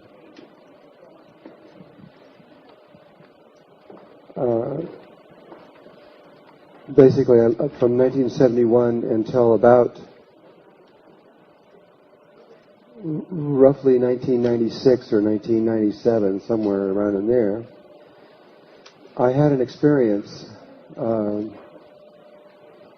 long about that time that I couldn't understand. I was meditating in my Merkaba, and I was spending a long time meditating in the Merkaba, an hour or more, and everything was sort of normal, when suddenly my body appeared inside of a cave. And it was a rather small cave. It was probably only as big as just this little side over here. And it was really real. It was just as real as this. And I couldn't figure out, I was having the experience, and then it went away after a while. And then it happened again, and then again, and then it kept happening. I kept going back to this same place. And I had no idea what this was. As this began to happen, I had a friend, Pete Carroll, who was the head coach for a football team, the New York Jets. And he kept wanting me to get in contact with this woman. He said, you got to meet this lady. She's very unusual. And I kept going, well, yeah, but I'm really busy. I don't have time to do this. And so I kept putting him off because I was so busy. Finally, after a few months, he says, look, you've got to do this. And so I'm going to take your phone number and give it to her so she can call you. And I said, okay. And she called me, and her name was Marianne Shinfield. This woman was an anomaly. She was very, very unusual. She was completely blind, but she could see. She had no eyes, but she could watch television and read books. She could walk around, down the steps, do anything. You would never know in a million years that she was blind. And I started talking to her, and she was not only unusual in that way, but she was unusual in lots of other ways, because she was able to see not only the outer world, but she could see psychically in ways that were extraordinary. She told me how NASA found out that she was blind but could see, and so they asked to do experiments with her. And I wouldn't have done it. I would have said, nope, sorry. But she did, and basically now she belongs to NASA. They're with her all the time and constantly doing experiments. But one of them was when, in the very beginning, they asked her, okay, well, you can see, but what's going on in there? And she says, well, it's hard to explain, but I'm floating through space. And they said, what do you mean you're floating through space? And she says, well, I'm confined to the solar system, but I can move anywhere in the solar system, and that's what I'm always doing, though my body is on Earth. And I think NASA probably said, sure, because they made a test. And they said, okay, if you're really floating through space, then go along this particular satellite we have up there and read a number off of it. It's on the satellite, and we'll believe you. So she did. She read the number off the satellite, and of course, every flag that NASA had went up, and they started using her. And they started having her go to different planets and look around and to all kinds of things, and they began to realize that what she was seeing was just like being there. She was real. At the time that I met her was when those 21 fragments of a planet of rock came through asteroids, and they were the ones that went around the sun and came back and went and slammed into the surface of Jupiter. You guys remember that? That was 96 or something like that. I don't remember when it was.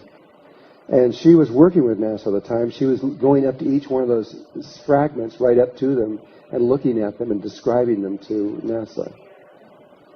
So I'm talking to this lady on the phone, and I ended up talking to her for 4 months, and for about once a week for about 2 hours. And it was fascinating. It was absolutely. I've never met anyone like her. I've met people since then, but this was the first one I've ever met. And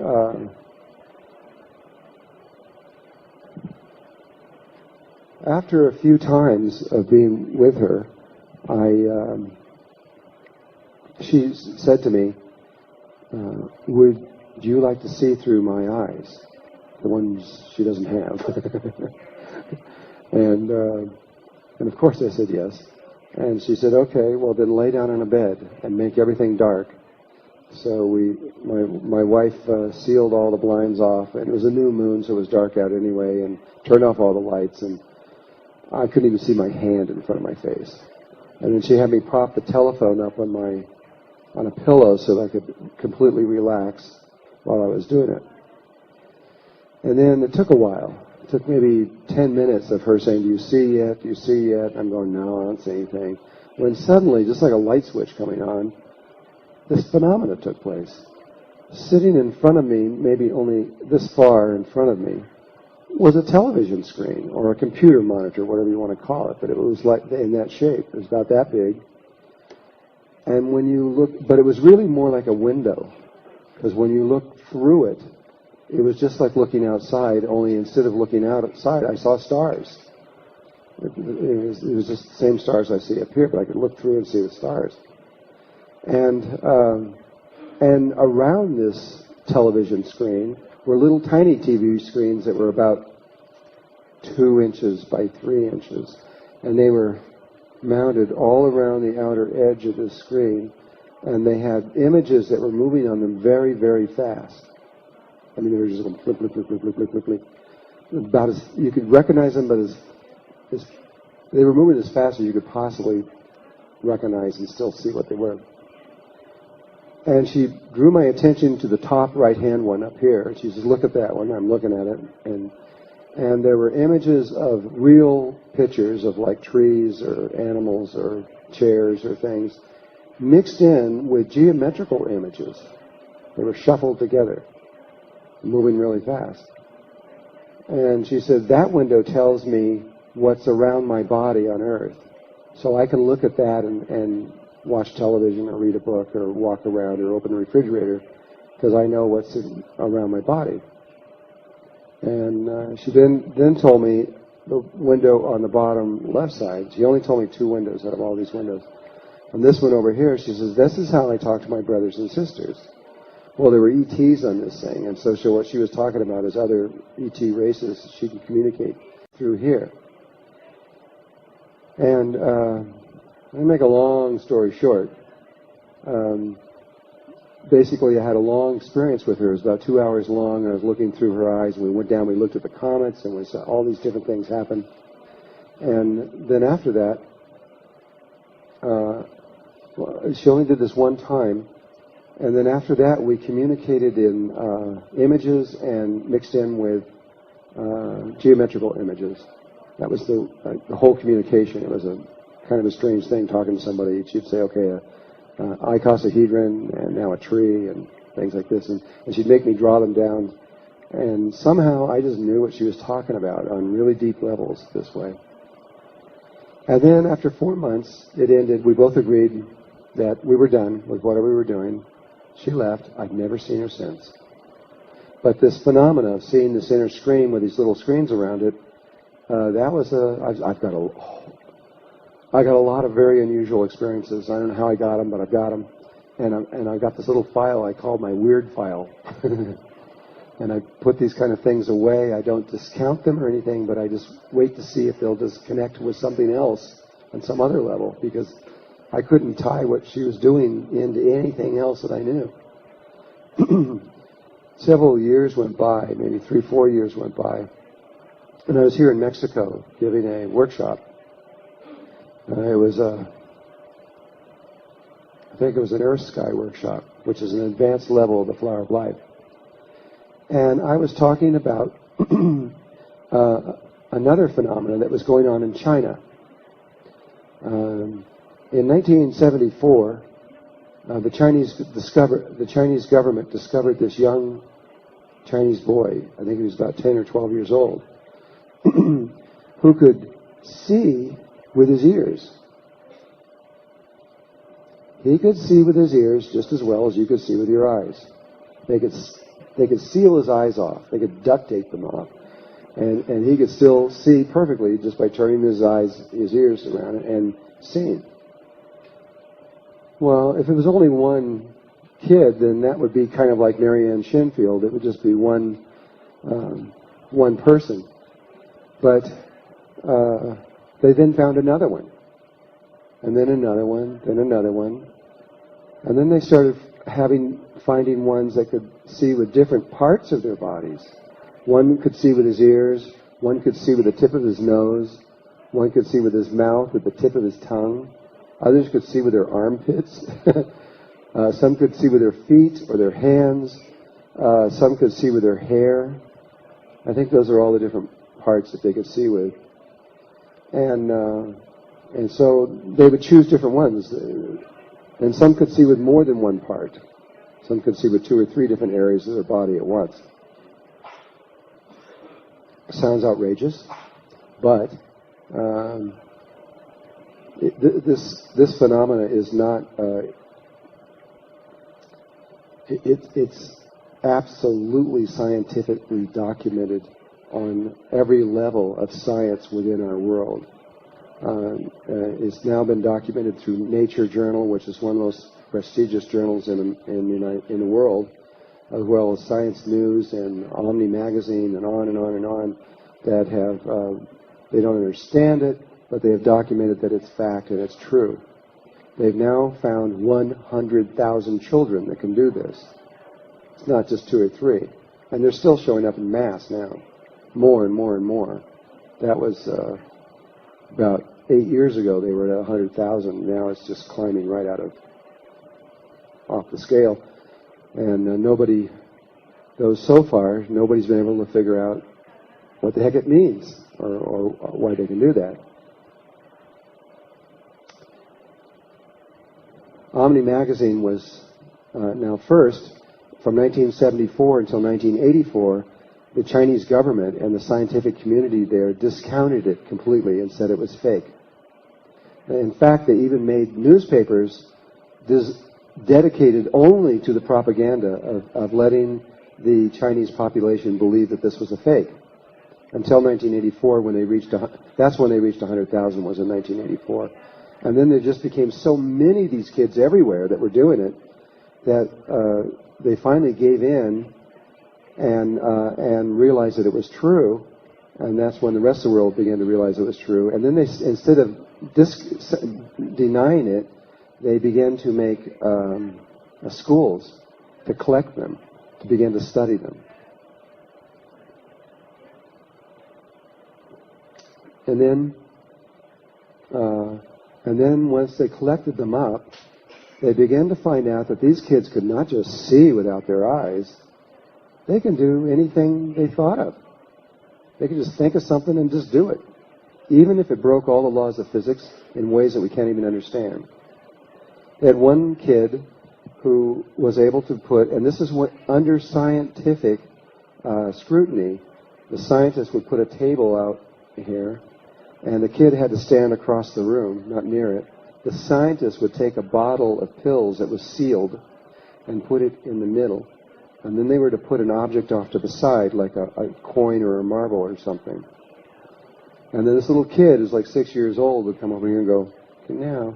And all the pills would go right through the glass without breaking it and stack up on the table. And then the object would lift up in the air, float over to the bottle, and go right into the sealed bottle, and it's totally sealed.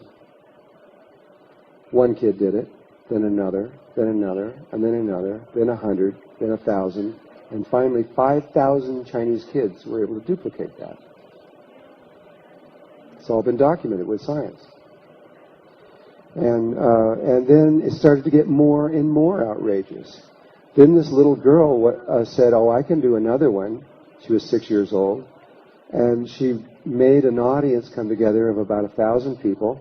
And as they walked in, she gave them a rosebud, a tight rosebud. Small, tight little rosebud.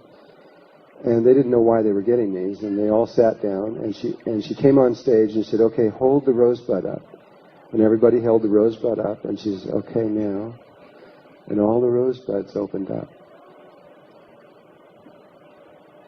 Can't be a trick. How did she do that? And then it just kept going, and it kept getting more and more outrageous. I mean, to things that these kids began to do things on the same level that Jesus was doing things. Literally. They have scientifically documented 2 of these children walking right through a solid wall. They're obviously breaking all the laws of physics that we know, but they're doing it, and we can't seem to do anything about it. They're just doing it. Omni Magazine was sent there in late 1984 to check it out, see if it was real. And they were given 100 or so of these kids. These kids are all from about 6 years old to about 14 years old. And Omni said in the article, and you can read everything I'm about to tell you, It was in January 1985 when Omni made this article, so you can just go on the website and get it and read it, that they assumed that the Chinese government was just making a trick or something. And so they made up their own ideas of how they could prove it or test it. And one of the tests was they took a big stack of Chinese books, and they got the children there in a row, in a room. And they just assumed that they had hidden cameras or things like that. So they just pulled a book out at random, flipped open a random page, and before anybody could see it, just ripped it out, crumpled it up, and stuck it under their arm, then walked over to the kids and put it under their arm while it's still in their hand and no one can see it, put their arm down. Every one of these kids could read that page, both sides of it, perfectly. Over and over and over, 100% accurate, not even with a tiny error or once. And they kept making all these kinds of tests going, well, what is this, you know? I mean, this is not normal psychic ability. This is, usually most psychics are like 60% right or 80% right. They were 100% right every time, whatever they did.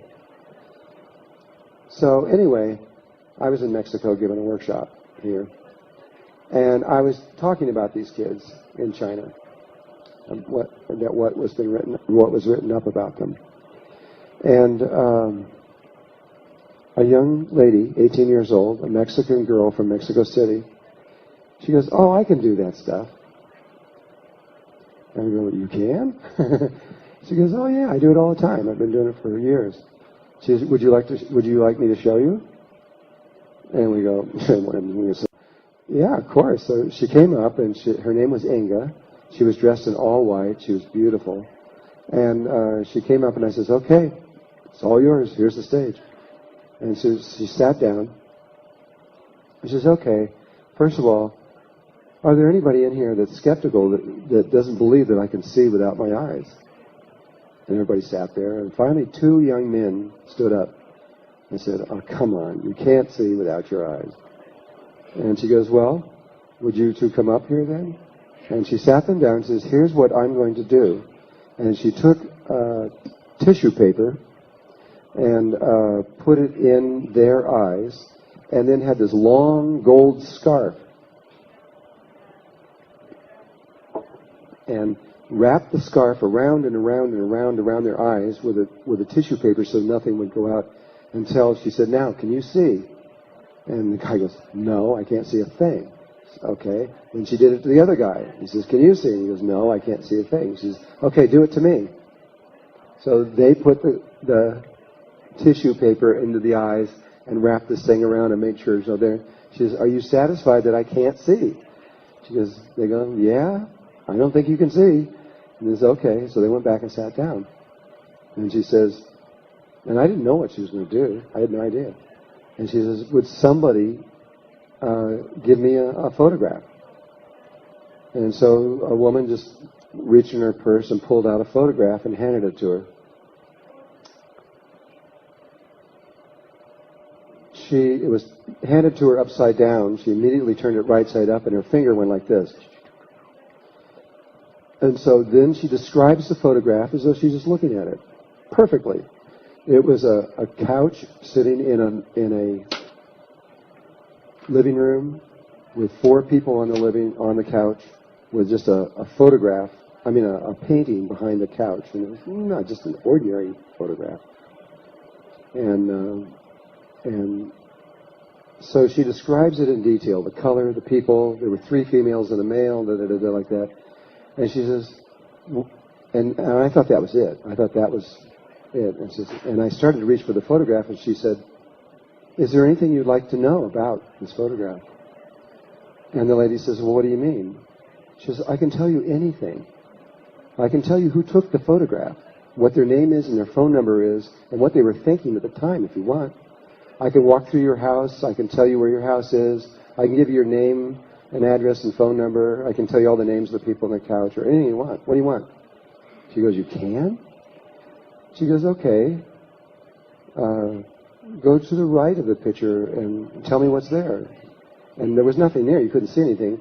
And she goes, "Well, you got a hallway right there, and the first door on the left is your bedroom." She went in and described her bedroom in detail. the colors, where the bed was. Even went over to her nightstand and told her what was sitting on the nightstand. Then she went out across the door into the next one, which was into her bathroom, and described the bathroom exactly. The colors, the size, the shape, and what it was, and everything. And the woman says, "That's enough." She says, "That's absolutely correct." And so she handed her back, and she says, "Does anybody else has a photograph?" Well, one of these guys jumps up and says, "Come on, you rigged this before. You know this lady. She gave you the thing." He says, "Let me give you something of mine." She goes, "Okay." So he reaches in his wallet and gives her his driver's license. But he turns it upside down and backwards when he hands it to her. She immediately turns it right side up and frontwards. And her little finger goes like this. She goes, "It's your driver's license." And she reads off the numbers and addresses and all the stuff on there like that.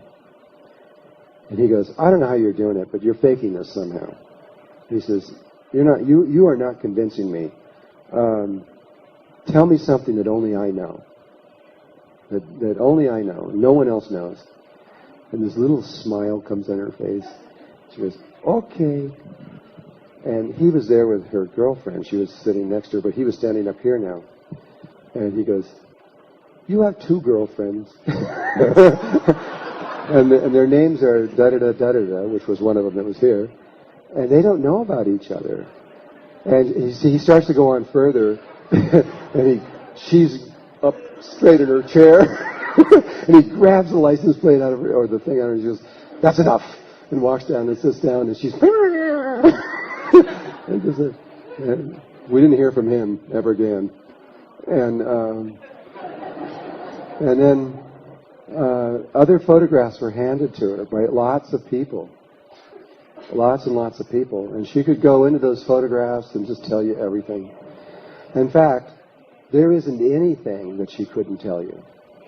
Anything you can think of. She could give you the birth date. She could tell you where you were born. She could even tell you the day you're going to die, down to the minute and where and how. She could tell you anything in the future. Tell you anything. As outrageous as it seems, that audience was pretty shocked, I'm sure. Well, later, I brought her to my house. We've become very good friends, and along with her mother, Ema. And for 3 days, I performed all kinds of experiments. And some experiments that were, you just couldn't fake, not in a million years. I had a whole bunch of bottles of water that we were analyzing. And they were just lettered A, B, C, D, like that. And they all looked the same, except in them were different chemical makeups. Well, she was able to hold the bottle just for a second and tell me exactly what was in the water. Some of those bottles of water, I knew what it was, so she couldn't have been getting it from my mind. But there were about half of them I had no idea, and some guy in some lab somewhere in the world knew where it was. But she still nailed every single one of them right. And I kept going on all kinds of things, and it didn't matter what I did. She was 100% perfect on everything. And this was fascinating. Then finally, after a couple of days, I was sitting here, and we were doing a break. She was just hanging out on the couch, and I was hanging out on the couch. And we were breaking, we're just talking. And I said, "Inga," I was curious. I said, "What do you see when you close your eyes and you're blindfolded? What do you see inside? What happened? What's going on in there?" And she said, "Oh, it's not important." And I said, "Well, yeah, it is. I'm curious. Just try to tell me what's going on inside there, in your head." And she didn't want to tell me, and I had to keep pushing it. And finally, like about 10 minutes of pushing her, she says, "Well, it's weird. That's why I don't want to tell you. It looks like a little computer screen inside there with these little tiny computer screens around the outside." I almost fell off the couch. It was the last thing in the world I thought she was going to tell me. I mean, here it was, exactly the same as Marianne Shinfield. I said, "I know what that is." She goes, "I know you know what that is." She says, the reason I came to your workshop was because I saw your poster, and when I saw the poster, I knew you were connected to this, and that's why I wanted to connect with you. And I says, oh, okay. And so when she left, after she left, then I'm thinking, well, do all the kids in China also see this inner screen? So there was a book written about these kids in China called China's Super Psychics, and it was written by a man named Paul Dong. So I found out where he was, and he was in California. He was 72 years old, and I called him up. Really nice guy. We talked for about 2 hours, and it was really, I got lots of good information. But somewhere in that conversation, I said to him, Paul, you've been studying these kids for 15 years or so. What do they see inside their head? And he went through the same thing. He didn't want to tell me. And finally he says, well, I don't really know. I've never experienced it, but a lot of these kids tell us they see some kind of computer screen or television screen inside their head. And I said, they have these little windows around the outside. And he goes, I don't know anything about that. All they say is it's some kind of screen that they see inside their head. And I'm going, and so now all of my little wheels in my head are going, wow, I know what this is. And it's all tied to darkness. They go in and they seal their eyes off, just like Marianne Shenfield, who was blind. They don't want any light. Not any. They don't want one photon getting in there if they can. They want it completely dark. And this is a huge key in the new consciousness that's unfolding. I found out from her that there were 2 schools here in Mexico City that teach this, and that she had over 1,000 friends that could do this in Mexico City.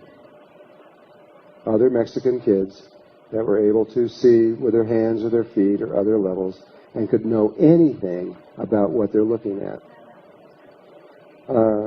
Then I found out that there were 3 schools in Russia, and I was able to do research when I was in Russia around all of this, and they've known about it for a long time. They're far more advanced in Russia over Mexico or China.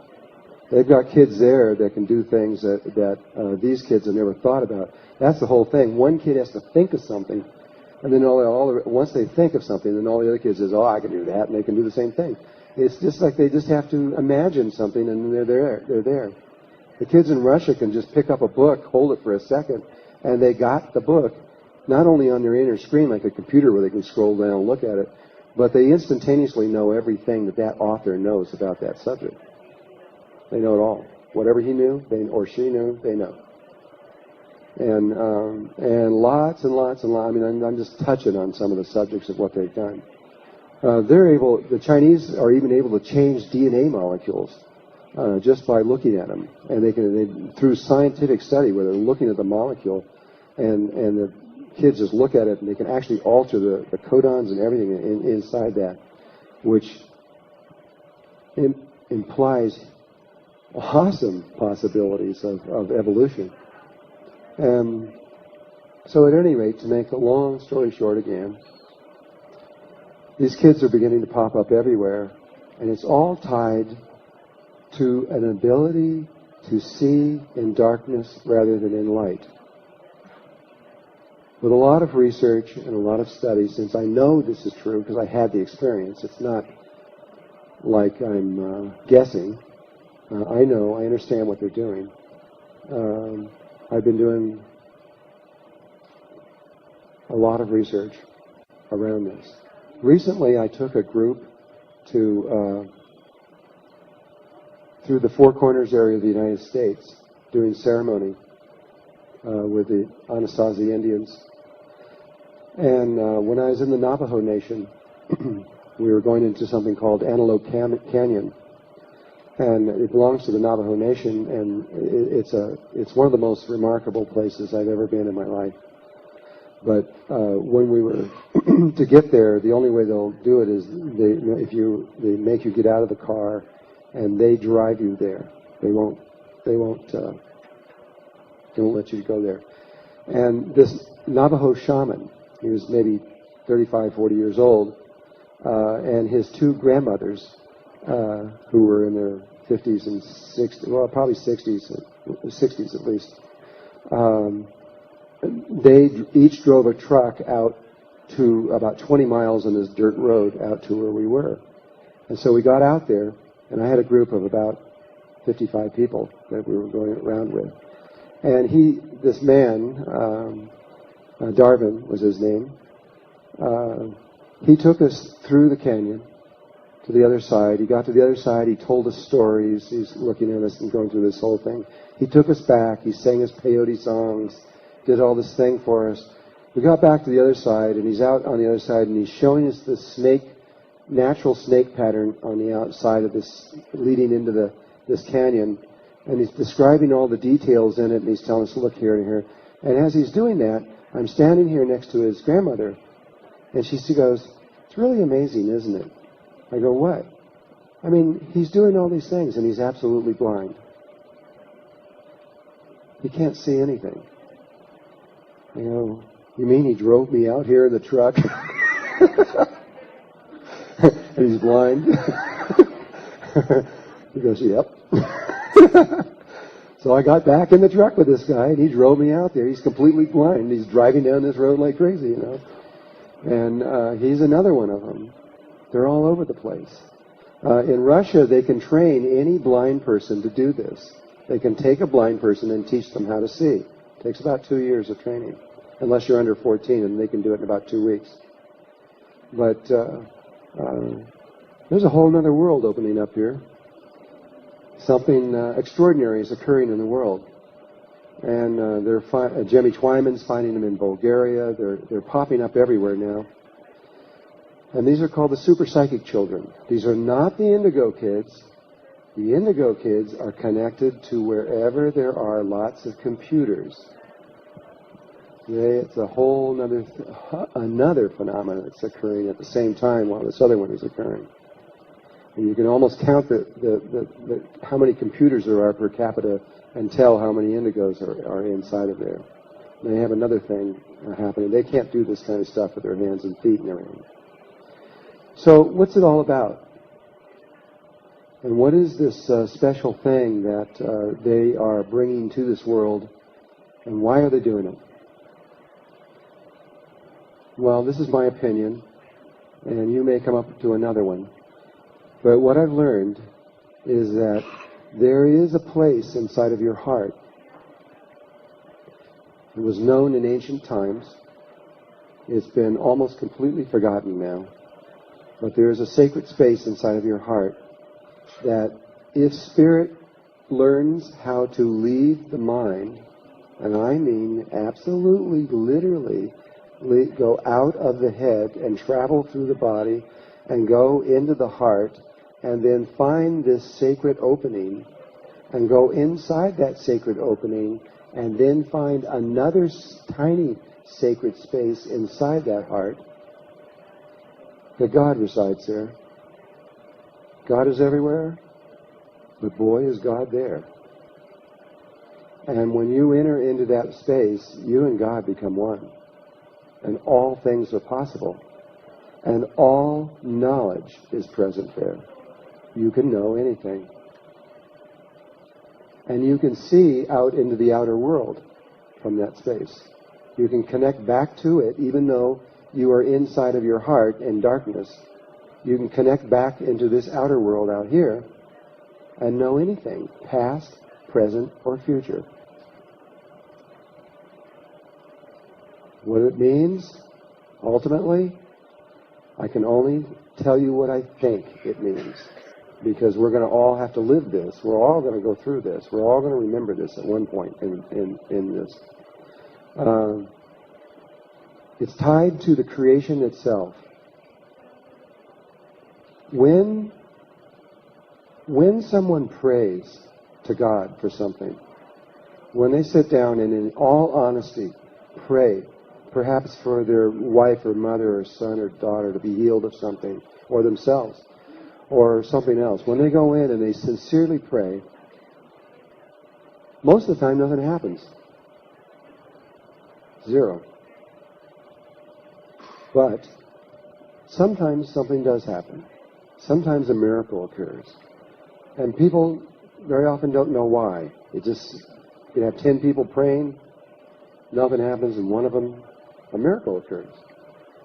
Well, the science of miracles was written down, I don't know how long ago it was over 2,500 years ago, however old the Dead Sea Scrolls were.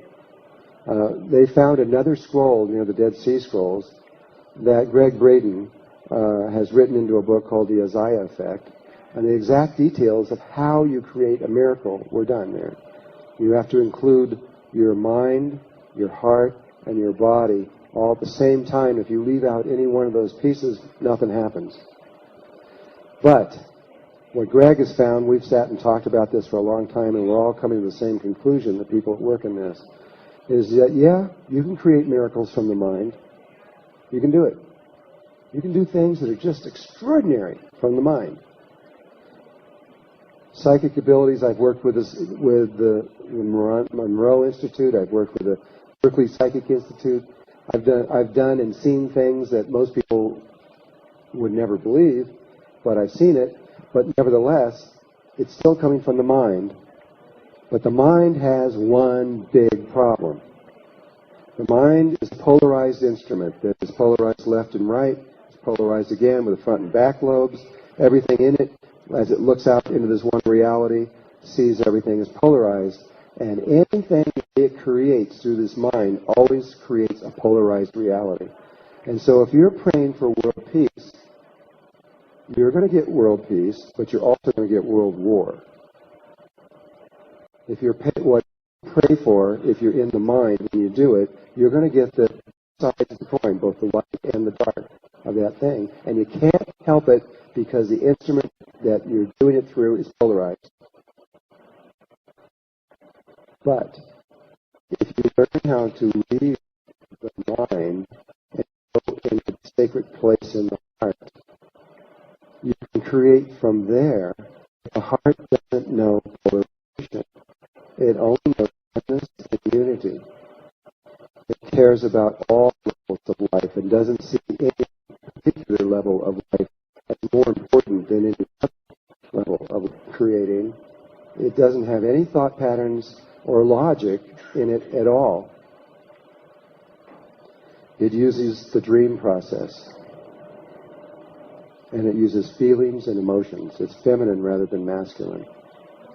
And it doesn't, and because it isn't using logic, things don't have to get from A to B logically. Psychic phenomena, you can actually track all psychic phenomena and explain it. The military's been working with that for years, both Russian and Chinese and the United States that I know of for sure. You can track every psychic phenomena back exactly. You could explain it on how it took place. But you can't explain the creation patterns that happen from the heart. If you do the psychic patterns from the mind, it will appear as a coincidence. But if you do if you do it from the heart, it appears out of nowhere. If you're trying to get an apple in your hand and you're doing it psychically, there's going to be some logical pattern where someone was doing it. I used to always I knew all this and I was trying to experiment with it before I knew about the heart. So I was always trying to manifest an orange. I used to sit for hours. There's an orange in my hand. I could see it. I could feel it. Trying to make this orange happen in my hand. And it never would happen. But I kept believing in it and I kept trying it because I knew the possibilities of what it was doing it. And then one day I was in a meditation group with about 6 or 7 people. We were all sitting there meditating. And I was meditating for about an hour. And then I said, I'm going to try this orange thing. Nobody knew I was doing it but me. And so I held my little hand out here like that. And I said, there's an orange in my hand. I could feel it. I'm thinking about it. I'm sitting there. And somebody in the room, went in the other room, came in there and dropped an orange in my hand. The impact was incredible. I just went, whoa, it's there. And she says, you gave me the orange? There was a logical sequence. I did it. I actually did it. But it was a logical sequence. But if you were in your heart and did that same thing, it would actually appear out of nothing. There doesn't have to be any logic to it. There doesn't have to be any nothing. It just can happen without any science behind it or anything else like that. It's pure feminine creativity. This is where we're going, hopefully, that we can get out of our heads, out of our minds, into our hearts, where our hearts can control our minds rather than our minds controlling our hearts. We don't have any wisdom from our heart, from our minds.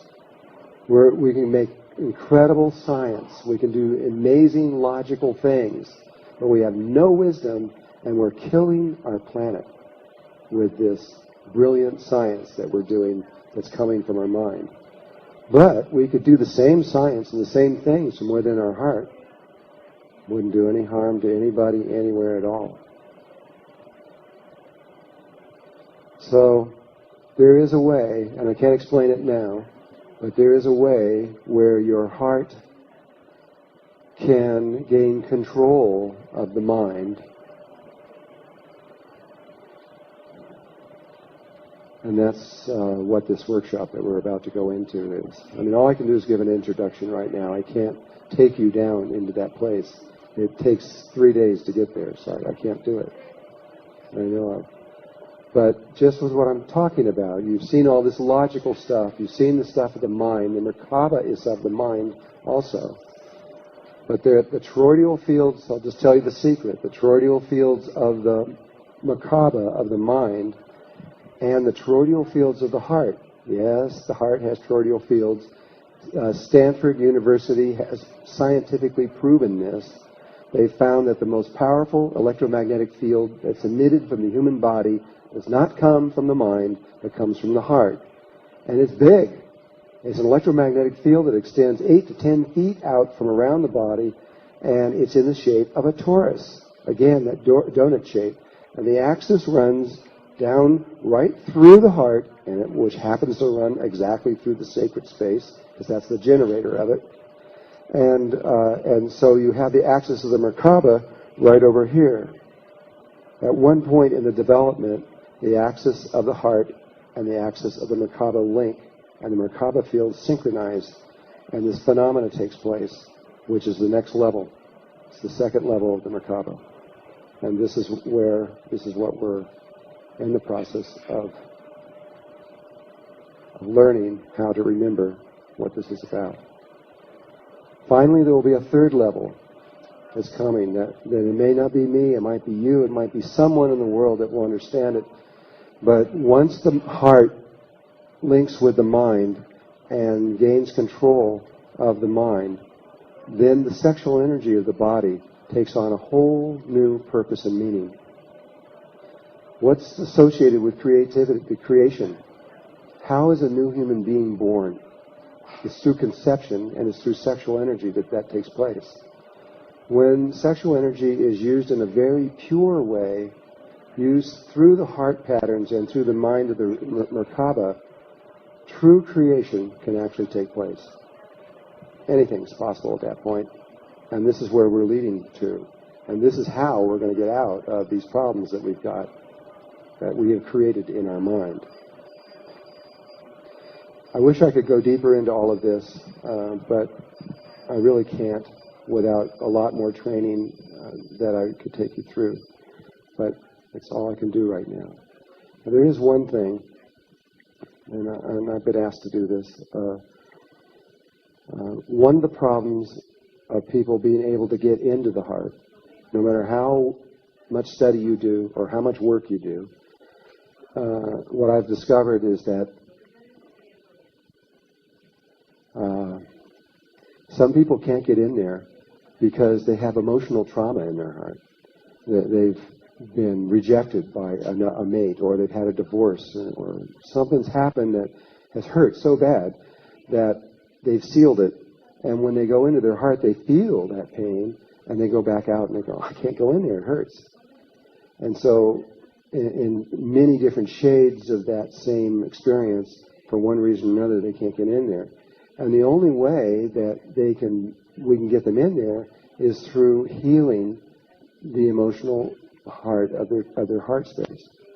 And so we've developed a system in the school to do that, but it's not real good. Ideally, you actually have therapy. You go through therapy to solve the emotional problems before you begin to do this heart work. This would be the most perfect thing to do. And there are many really good people out there in the world. We're very fortunate now because they're all over. The science has been built very high. My wife is also involved in this, and she has a system that's 4,000 years old that came from the original people who first wrote about the Merkaba. She's trained as a psychologist from Harvard and all this stuff, but she just threw that out. She says that was useless for what she learned, and studied from the people who had learned this. They were all a 96-year-old lady in Jerusalem that held this pattern. And so there is ways we're using images that are inside the body to solve these problems completely, so that you can go into the heart just like that. And so if this is something that you think you may be involved in, or any, really, truly, any other aspect of spiritual work, no matter what it is, or what level it is that you're working in, the emotional body must be healed first. They knew this in Egypt, and they knew it in Greece, they knew it all over. And but anyway, my wife will be here, when is it, in September? September 7th. Okay, so approximately that time. And if you're interested in her helping you in that way, Conchita can help you. You can find other ways. That's not the only. My wife's not the only way. There's lots of others that can help you. But without that emotional balance, you can't do this properly. It won't work. So this is what the work is. This is what the Flower of Life is involved in, these three levels. The first one is the Merkaba. The second one has to do with the heart and the heart spaces and what's involved in that. And finally, the work with the sexual energy and how to work with all of that. And though the sexual programs will probably not be out there for at least a year or two. So, that's it. Now, if there's any questions, I'll do what I can to answer them. If you have a question, if you could come up here to this microphone and ask the question, I'll do it. If you feel to go now, you can. It's up to you. You don't have to do this. But if you want to watch, or if there's something else that you want to follow through there, I'll stay here for another half hour or so. Sí, vamos a dedicar algún momento para preguntas. Las personas que deseen hacer preguntas, si se acercan aquí y hacen una fila, por favor, y les vamos dando el micrófono. Vamos a dedicar un poco de tiempo, no demasiado, porque no podemos estarnos toda la noche, pero lo que podamos. Es que nos emocionamos y luego aquí no nos vamos nunca. Si alguien quiere acercarse. Yo quería saber un poco de los niños índigos.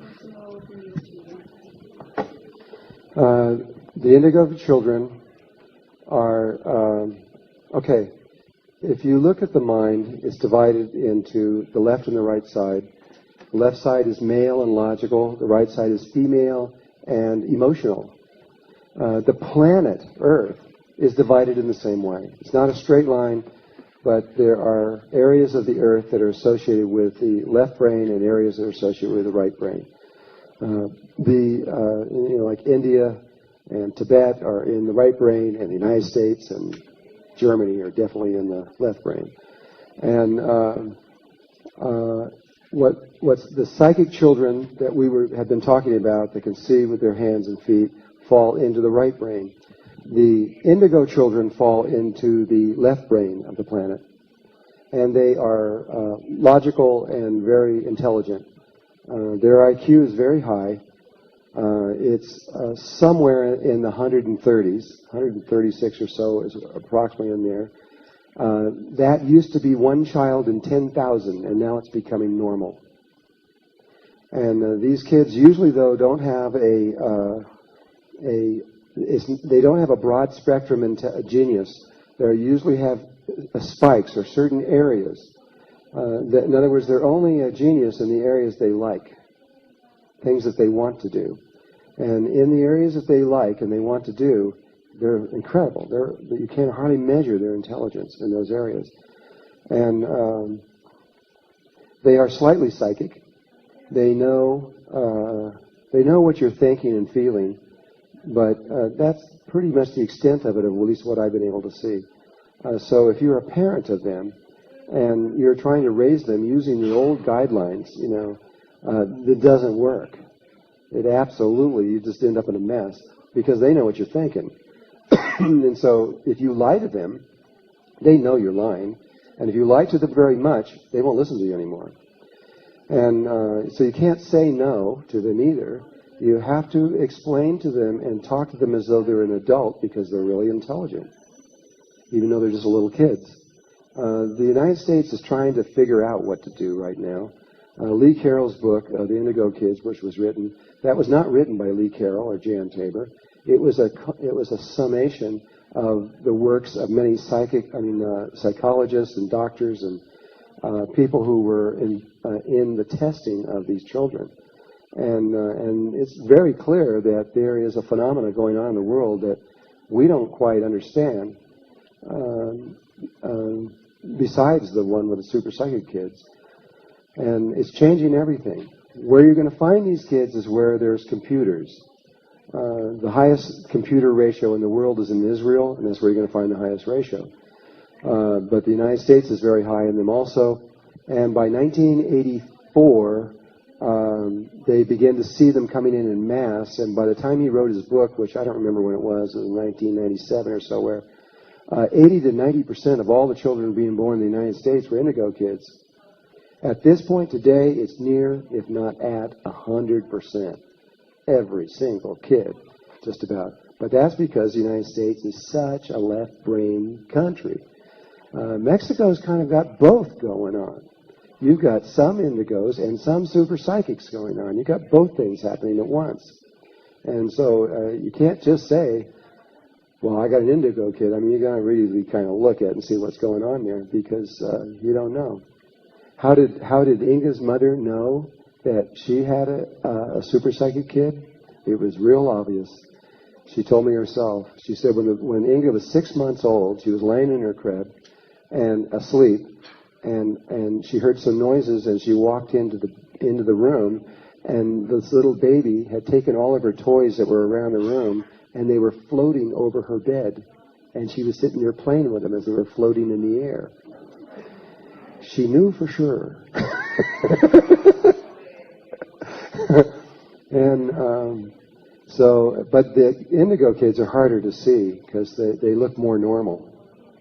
And but these kids are from what all the people who are studying these kids, and especially the psychics who are studying them, they're not from Earth. We are infusing very high levels of awareness from other places, certain regions of space and time and dimension, that have agreed to come into Earth at this time to raise our consciousness, because if somebody doesn't do this, we're not going to make it, because we don't have enough consciousness to be able. We've got some things coming in the future very soon that are big, really big, and we have to be able to be on another level to be able to deal with these things, and that's what they're doing. Is they're coming here to help us. And so I could go on for another hour probably, but that's the essence of what the indigo kids are. Maybe I missed it, but before we went out for the break, you mentioned you were going to tell us when we came back about the message. The message? Yes, you mentioned about a message that the other civilization was trying to transmit to us. Did that go through the translation?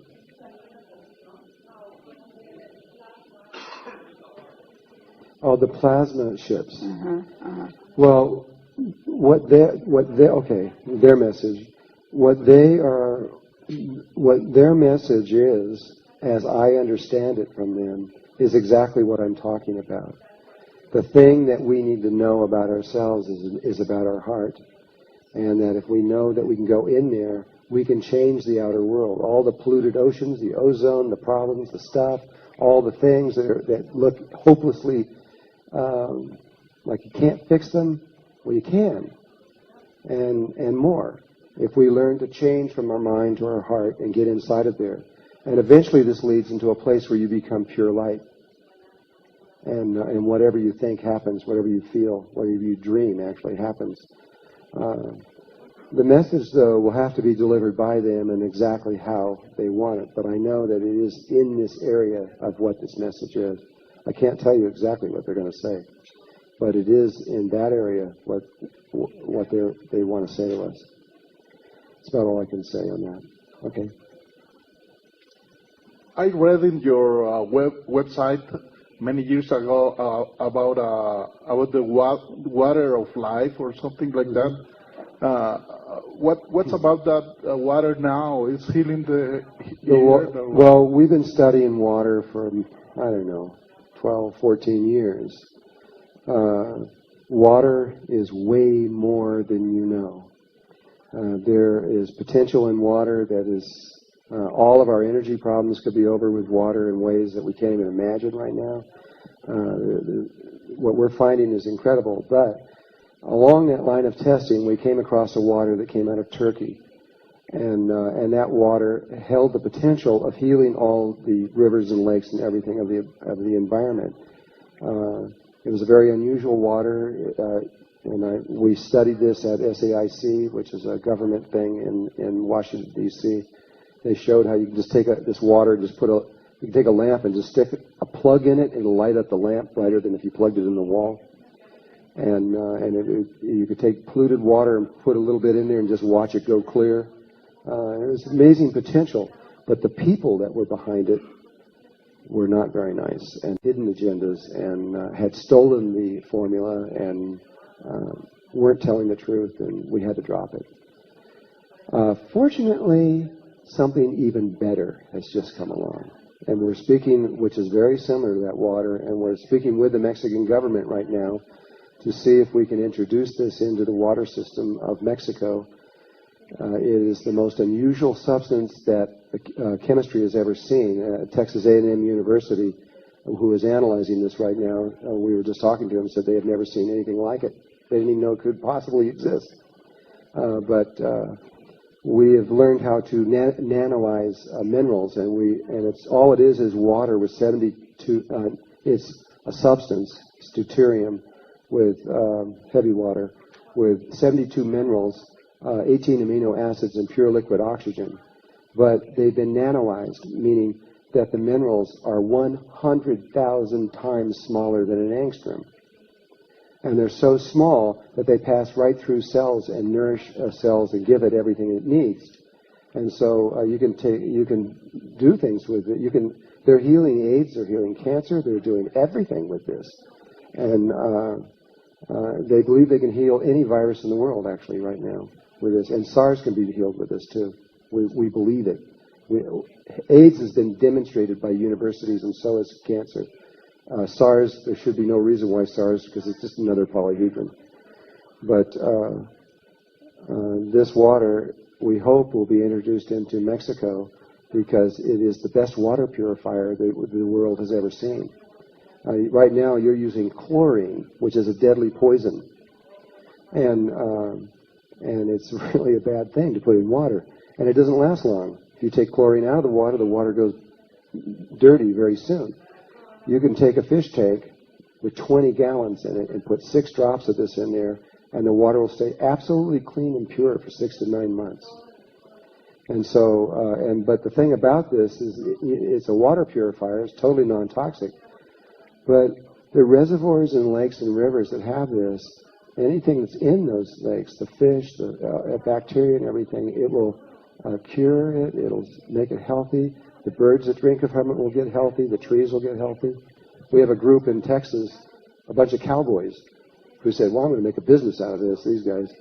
And so they're going to buy the old cows that have cancer in their body and their skin and bones. And they can buy these for 12 cents a pound because nobody wants them. They can't sell them. And they're taking these old beat-up cows and bringing them back and feeding them this water. and all their cancer is going away, and they're getting fat and healthy and selling them and making money, and they think it's a great thing. But this water holds a huge potential, and my feeling is that I'm hoping that Mexico will be able to do the testing and see what it is and introduce it into the water system. It's a good thing. It's a really good thing. Turkish water, unfortunately, you're never going to see it happen because they could only make little tiny quantities of it. Okay. Algunos de los niños psíquicos que pudieron ver el futuro dijeron algo acerca del futuro de la humanidad. What psychic children? De los niños superpsíquicos que comentó que podían ver el futuro.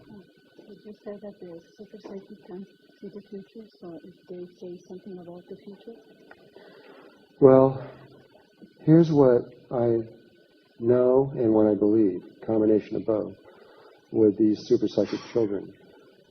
First of all, Inga and other ones that I've talked to are having a really hard time because, like when Inga was going through high school and dating, for example, she'd date a guy, but she knew everything he was thinking. And she realized the guy didn't really like her. All he wanted was her body. And she knew everything that was going on, and so she ended up isolating herself in a room and just sitting there, and didn't want to go out and see people because she could look at everyone and knew everything, and she said basically everyone's crazy, and didn't want to deal with it. Well, they're all having that kind of problem, and at the same time, the indigo kids are seeing this also on another level. These kids in the United States and other places that are running around with machine guns and killing all the kids in schools, those are indigo kids because they're just so angry that they're in this world that is so messed up.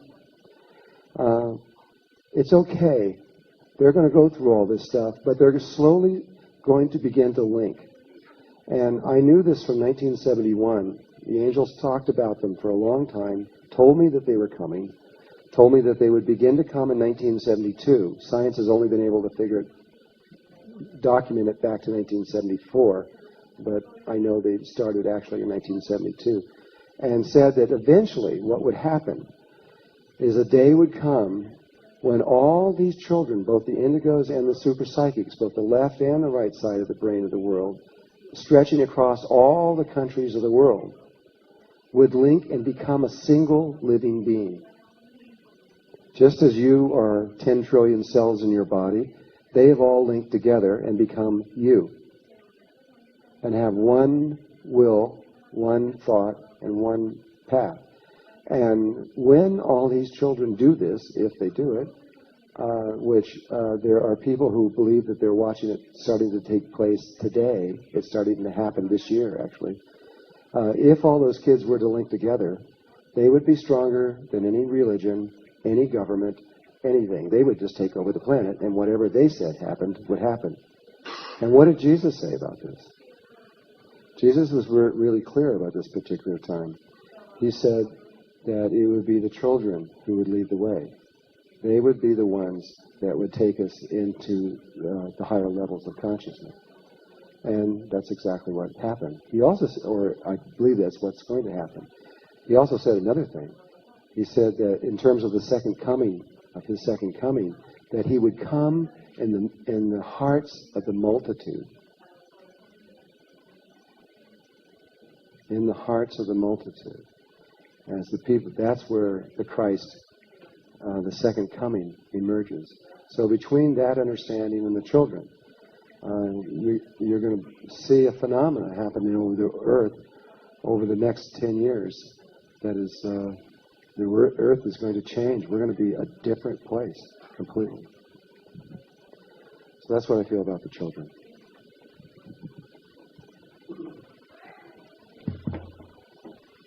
Hello. Yo quiero, lo puedo decir en español, ¿verdad? Lo puedo decir en español y lo traduzco. Ok. Lo dije yo en México. Tengo a lo mejor más o menos como 3 años que estoy recibiendo mensajes y yo no tengo mucho contacto con las computadoras. apenas estoy aprendiendo, pero alguien da mi dirección y llegan mensajes con el corazón, con el Sagrado Corazón de Jesús, y me dedico a dar conferencias y efectivamente empecé yo a introducir metáforas del maestro, y se me aparece por todos lados a todas horas, y me quedo impresionado que en tu libro viene la segunda venida, y lo estoy leyendo por todos lados, y quiero creerlo, quiero creer que es la promesa.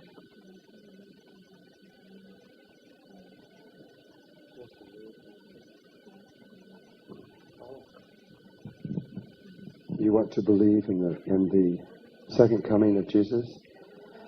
Well, I believe in it. I believe it will occur, but I don't believe it's going to happen in the way that most Christians believe it's going to happen. It isn't him coming here, though he may, but it's all of us becoming like him, becoming the Christ at once. That's the second coming. Okay. Any more? Okay. One more question, and I think we're going to end. Okay. Bueno, yo quiero preguntar porque fue una coincidencia para venir aquí a la conferencia. Compré un libro de la Cábala en donde menciona la Merkaba como carroza divina. Entonces, yo quería preguntar si es la misma que nosotros formamos, o sea, y habla del trono, para encontrar el trono de Dios. Yeah, they're one and the same.